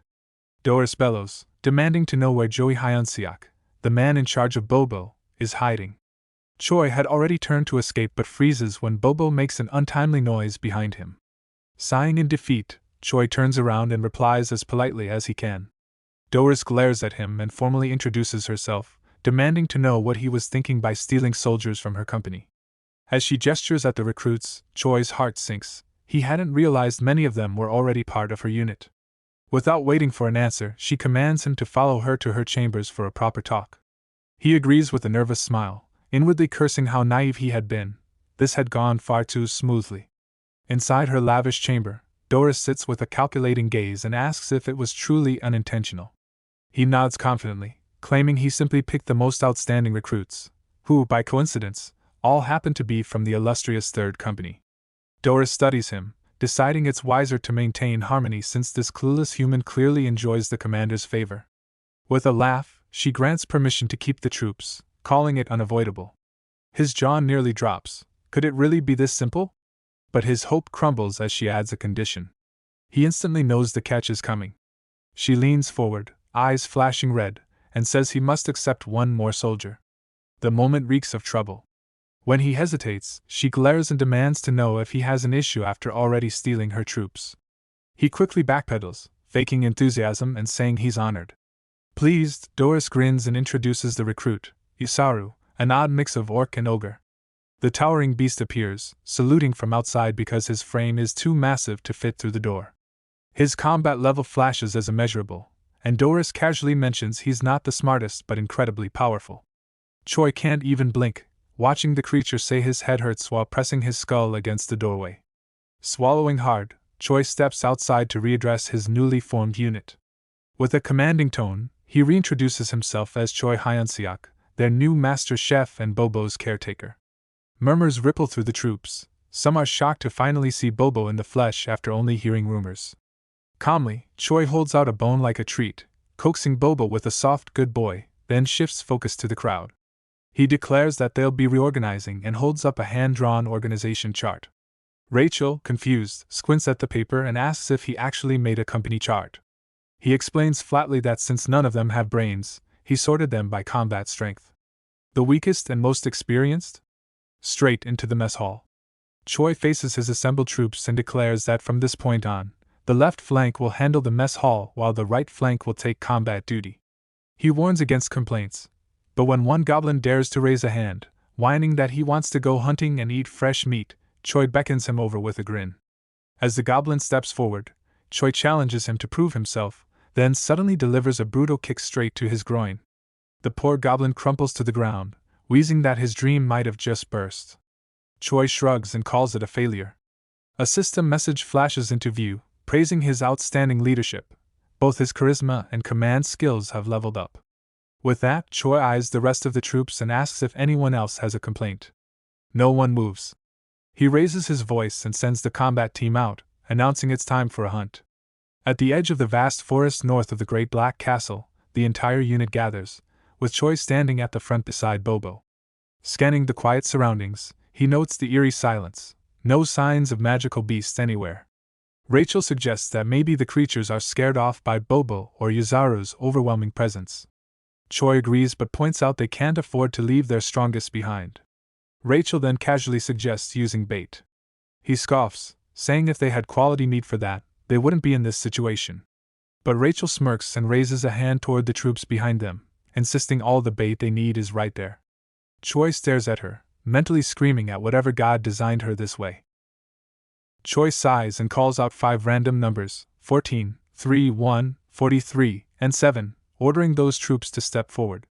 When Rachel questions the strange selection, he casually explains those were his old lotto numbers back on Earth, wondering aloud if they ever hit. As the chosen goblins shuffle forward in dread, Joey raises his voice to start the hunt. YSara, now holding number 14 in his massive palm like a toy, takes off running, and Joey waves with mock cheer, calling the poor goblin a cannon footer. He figures weak bait like this will definitely lure out some beasts. Next, he orders a fire to be made, reasoning that the smoke can guide back any stragglers. The troops obey, calling him Master Chef, while Rachel raises a concern. Won't the goblins just get killed being flung like that? Choi calculates aloud, thinking maybe 1 in 6 might survive. Then he adds, toss the rest too. That sends a chill through the ranks, and several goblins start shaking with fear, their thoughts in chaos. This human is nuts, they want to live, they have to run.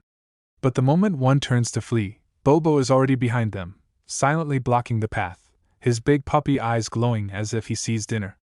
One goblin cries out dramatically, begging Bobo to remember his loyalty to the demon army, though even he can't make sense of what he's saying anymore. Meanwhile, Choi frowns, wondering why it's taking so long. Surely something should have happened by now. Suddenly, the ground begins to rumble, and a terrified goblin sprints out of the trees, a massive magical beast charging close behind. Choi smirks in satisfaction, feeling a surge of pride as they finally manage to corner one of the beasts, ready to let the troops handle the cleanup so he can swoop in and claim the finishing blow for himself. But just before he can make his move, YSara bursts into the fray, barreling through every beast in sight with reckless enthusiasm, flattening them like pancakes while shouting at the top of his lungs about how much he loves a good fight. Rachel watches the chaos with a deadpan expression and remarks that there's absolutely nothing left of the prey to salvage now. Choi lets out an exaggerated groan, lamenting that even the meat has been completely destroyed. Rachel casually adds that with Bobo on one side and YSara on the other, magic beasts don't really stand a chance anymore. Choi slumps slightly, resigned to yet another failure, thinking that they'll probably just end up sacrificing more goblins tomorrow and starting over. But Rachel reminds him that they only have a single day left to get the mess hall fully operational. He exhales, nodding in reluctant agreement, then turns around and starts walking off, muttering that they'll just hit reset and begin again in the morning. As they head back, Choi suddenly stops in front of the mess hall. Rachel looks at him, confused, and asks why they're here instead of heading in for rest. He replies flatly that he needs to check whether the ruined meat can still be salvaged. Without waiting, he kicks the door open and storms in, yelling for everyone inside to form up immediately. A nervous goblin, one of the vice master chefs named Gollum, rushes over in a panic, asking what's happened. Choi, hands on his hips, demands to know whether they received the day's meat shipment. Gollum quickly nods but hesitates, about to explain the condition of the delivery, when Choi cuts him off sharply, declaring that a true craftsman never blames his tools. Gollum stammers and agrees, shaking like a leaf under Choi's glare. Choi then presses further, asking if someone with Gollum's supposed experience still doesn't know how to cook using pulverized or ground meat. Gollum admits that their team usually only handles ingredient collection and that they've never dared prepare anything beyond the most basic roasted meats, unless it's for high-ranking officers. Choi scoffs in disbelief, calling it pathetic, and orders them to make do with whatever they have. Gollum quickly snaps to attention, shouting for the rest of the staff to get the fire going and start cooking immediately. As Choi watches the mess hall burst into frantic action, he takes a slow breath and begins to notice something he hadn't considered before. None of the lower-ranking soldiers or goblins have ever tasted real food, not once. The thought makes his eyes narrow, then widen with realization.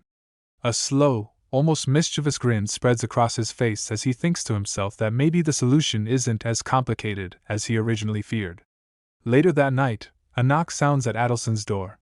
She turns toward the sound, and a voice from the other side announces it's Choi Hyun-suk.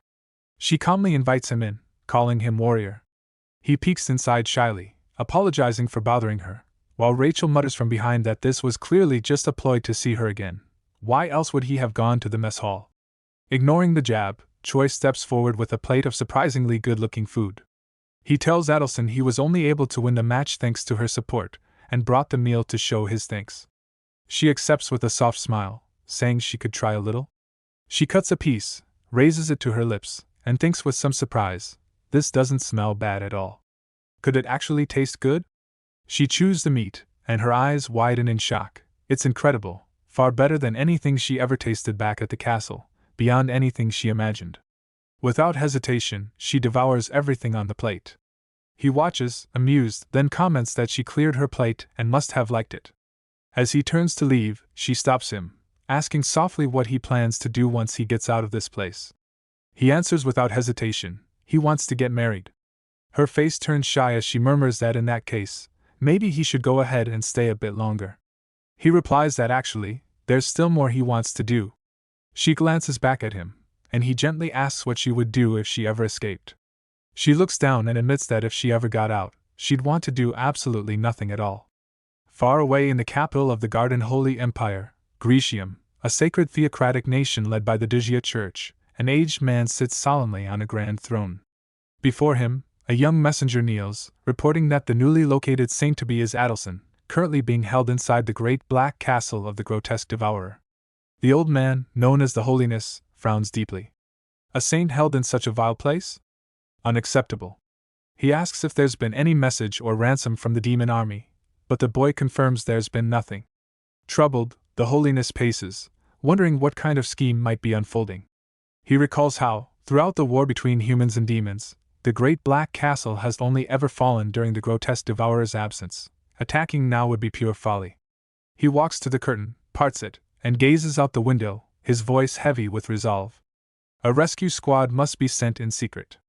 Summon their strongest hope, the hero known as the Oselda Knight. This man, cloaked in divine authority, is none other than the Imperial of Gatron and the Holy Sovereign of the Diocese Church of Orban.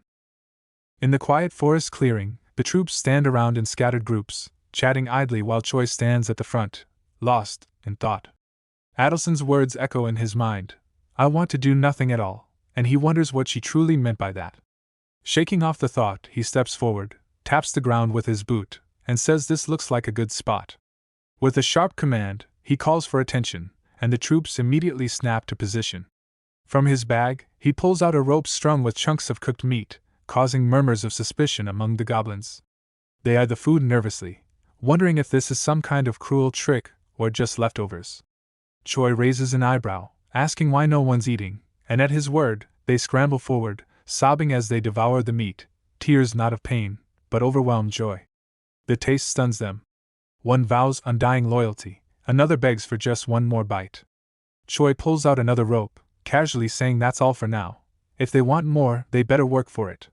He announces that whichever platoon brings back the most live magical beasts will earn the right to dine with him. The troops erupt into chaos, running off with cries of determination. No one wants to miss another chance at real food. Choi watches them scatter, smirking as he muses that the stomach is the fastest way to control anyone. Later, he's seen back at camp, cleaving through a slab of pig meat with rhythmic precision. As he chops, a screen shows his level rising steadily, and he grins, thinking that all this busy work has already pushed him 10 levels higher, now at level 224. Just then, a wolf-like subordinate steps forward and asks who won the pelt competition. Choi answers with a nod, naming the winner of the Wolfkin Pelt Challenge. Choi declares the Wolfkin platoon the winner, earning the right to dine with him, while the rest of the troops groan in disappointment. One yells out, asking what about the others, but Choi shrugs it off, telling them to scavenge for scraps if they're so hungry. He orders everyone to pack up and bring the butchered meat to the mess hall, and the troops quickly obey. Meanwhile, deep within the great black castle, the floor is littered with the slain, goblin bodies strewn across blood-stained stone. A man in wooden clogs walks calmly over the carnage, stopping in front of a large door and muttering that he's finally arrived. Inside, Adelson sits alone, thinking perhaps she shouldn't have revealed that truth to Choi, but knows she couldn't have hidden it forever. A sudden knock interrupts her thoughts, and the door creaks open to reveal the man in clogs. He announces his arrival with a calm voice. He's here to rescue her. As he removes his footwear, his appearance stuns her with its princely charm. Stepping back in alarm, she gasps, calling him Sir Geffen and asking if the Holy Imperator sent him.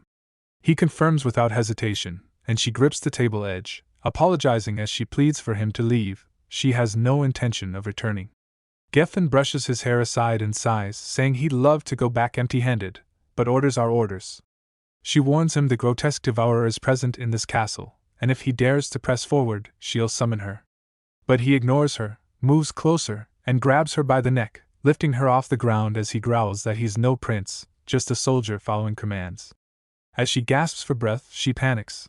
Her divine power won't activate, and despair sets in. But just then, a fist crashes into Geffen's head from the side, and a furious voice shouts for him to take his filthy hands off her. It's Choi. Geffen stumbles, stunned, blood and vomit spraying from his mouth, and he mutters that the punch carried demon power, but Choi looks human. Confused, he notes the strength doesn't match the man's low magic. Choi, seething, tells him to shut it and back off. But Geffen isn't just talk, he counters with a brutal kick to Choi's gut, sending him flying across the room. Geffen, recovering from the blow, snarls that taking Choi wasn't part of the original mission, but maybe he'll be useful. He's coming too. Choi stumbles, dazed, as he and Adelson lie on the floor, breathless and helpless. Watching from behind a wall, Rachel trembles, whispering that Geffen took down an Imperial in one strike. What was she thinking coming here alone? She wonders if she should call Bobo, especially as a strange, oppressive energy begins to creep through the air. Meanwhile, Geffen unfurls a long scroll, murmuring that the plan might be falling apart, but nothing a little revision can't fix. If he's taking a second hostage, he'll just adjust the contract. But before he can act, a smooth voice echoes from behind. Hemis enters with a pleasant smile, asking if help is needed. Geffen instantly turns, wide-eyed, this presence, unmistakable. He recognizes her, Hemis, the grotesque devourer. He's certain he sealed the divine energy, so why is she here? She gently corrects him, saying she prefers to be called the Gormant. Geffen's instincts scream. He senses no demon power from her at all, which only terrifies him more. She must be on a completely different level. Legends claim she devoured thousands of soldiers, and now he believes it. With a teasing smile, she proposes a little test. A deep purple aura spirals around her, shifting ominously until it transfers onto him. The energy coils like smoke, turning into thin black lines that swirl across his body. Geffen grits his teeth, trying not to panic. If he gets one opening, he'll grab Adelson and flee. But dizziness hits, too fast and too heavy. Choi's earlier strike lingers in his system, disrupting his focus. His vision spins, his balance crumbles, and he mutters it's too late just before Hemis slices clean through his arm. Her laugh rings through the room as she mocks his resistance, calling it delicious.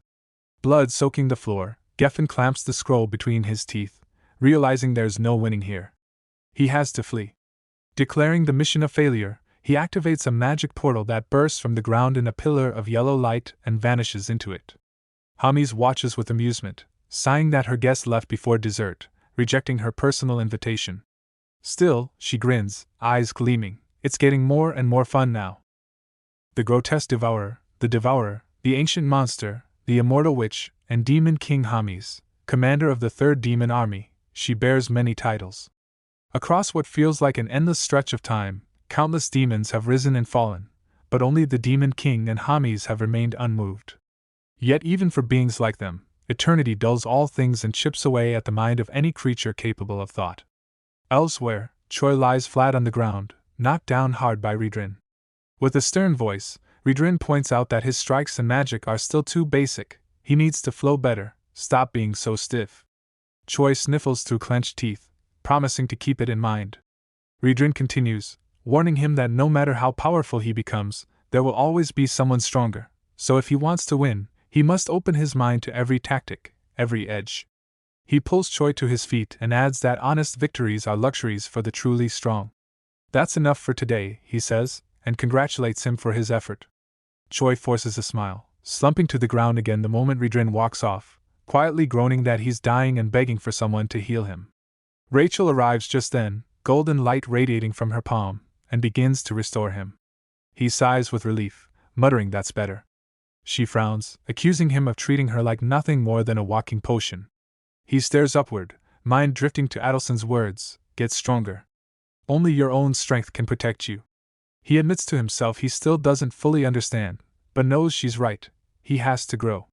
Rachel explodes, furious that he's still obsessing over Adelson. She calls her more of a witch than a saint, reminding him how close he came to death because of her. He defends her, accusing Rachel of blasphemy, but she counters, questioning why a supposed assassin would wield divine power. If Adelson really is the saint to be, she should be untouchable.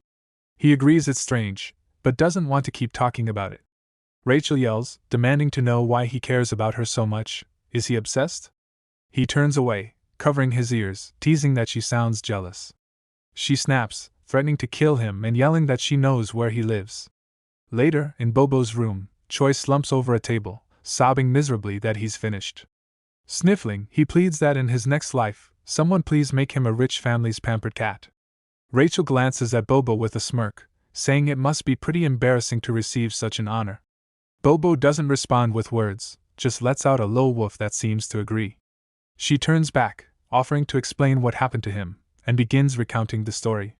30 minutes earlier, deep within Hemis' chamber, she had calmly told Choi Hyun-suk, the commander, that he was facing a serious issue.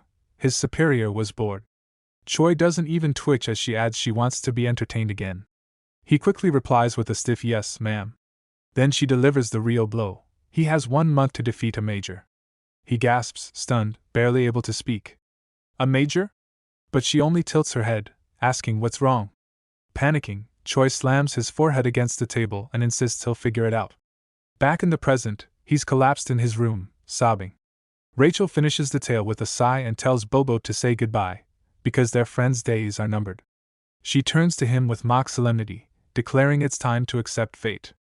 There's no chance someone with a combat level of 9,000 can take down a major.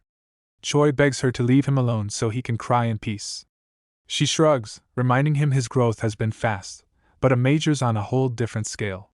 He groans, reciting how the average major's combat level is well over 40,000. No way he can reach that in time.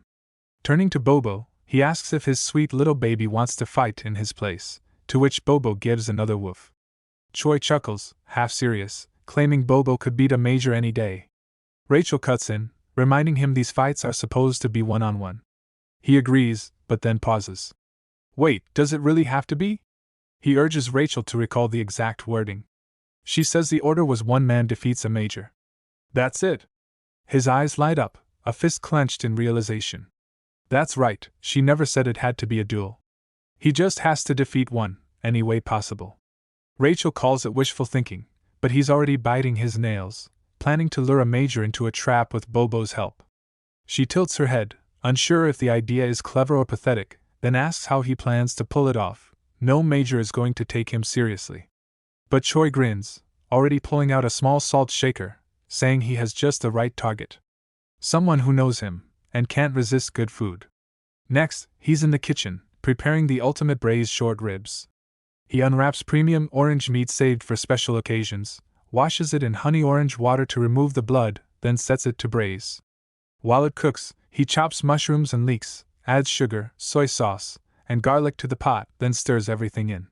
As it simmers, the aroma is so rich even Bobo starts drooling.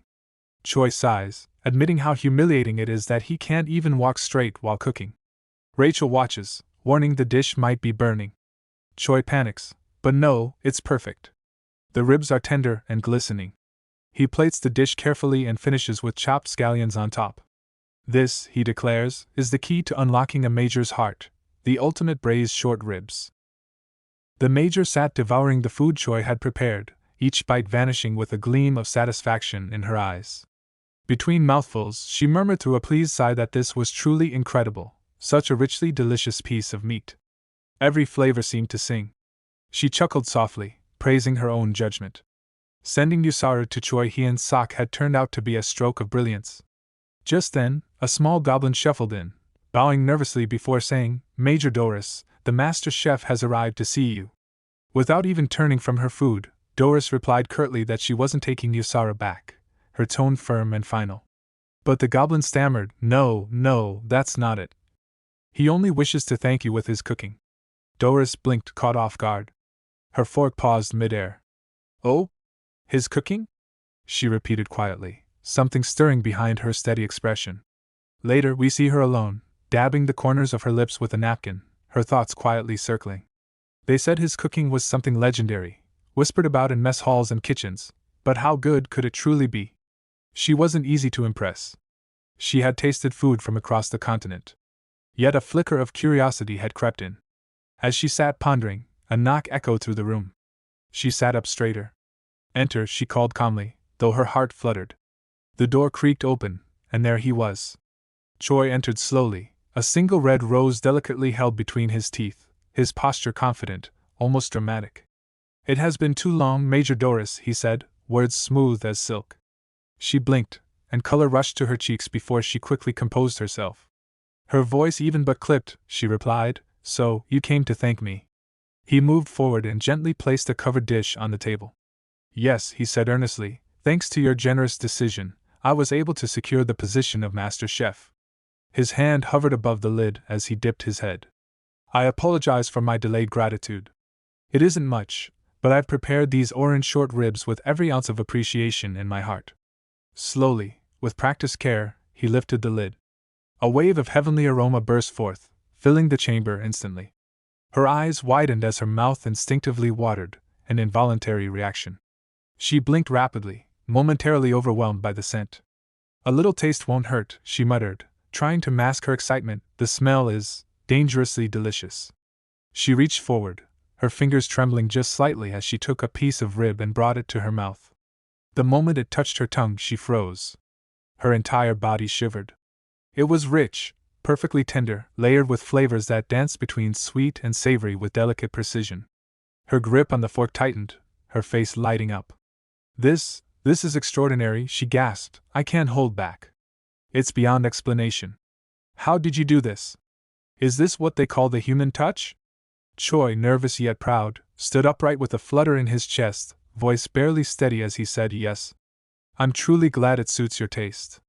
If you'd be willing, I'd be honored to offer you a sample of every new dish I craft. She didn't even hesitate. Of course, she replied, her voice carrying an almost regal weight. It would be my pleasure. He bowed slightly. Very well then. I shall return soon. From the side of the room, Rachel had been watching the entire exchange, barely able to contain herself. Her lips twitched and her whole body trembled from the effort of holding in her laughter. But she managed, for now. As Choi made his exit, Doris suddenly called out with amused admiration, "Wonderful. I see why the commander calls you her pet." Choi paused, saluted stiffly, "Yes, ma'am. I shall return to the mess hall now."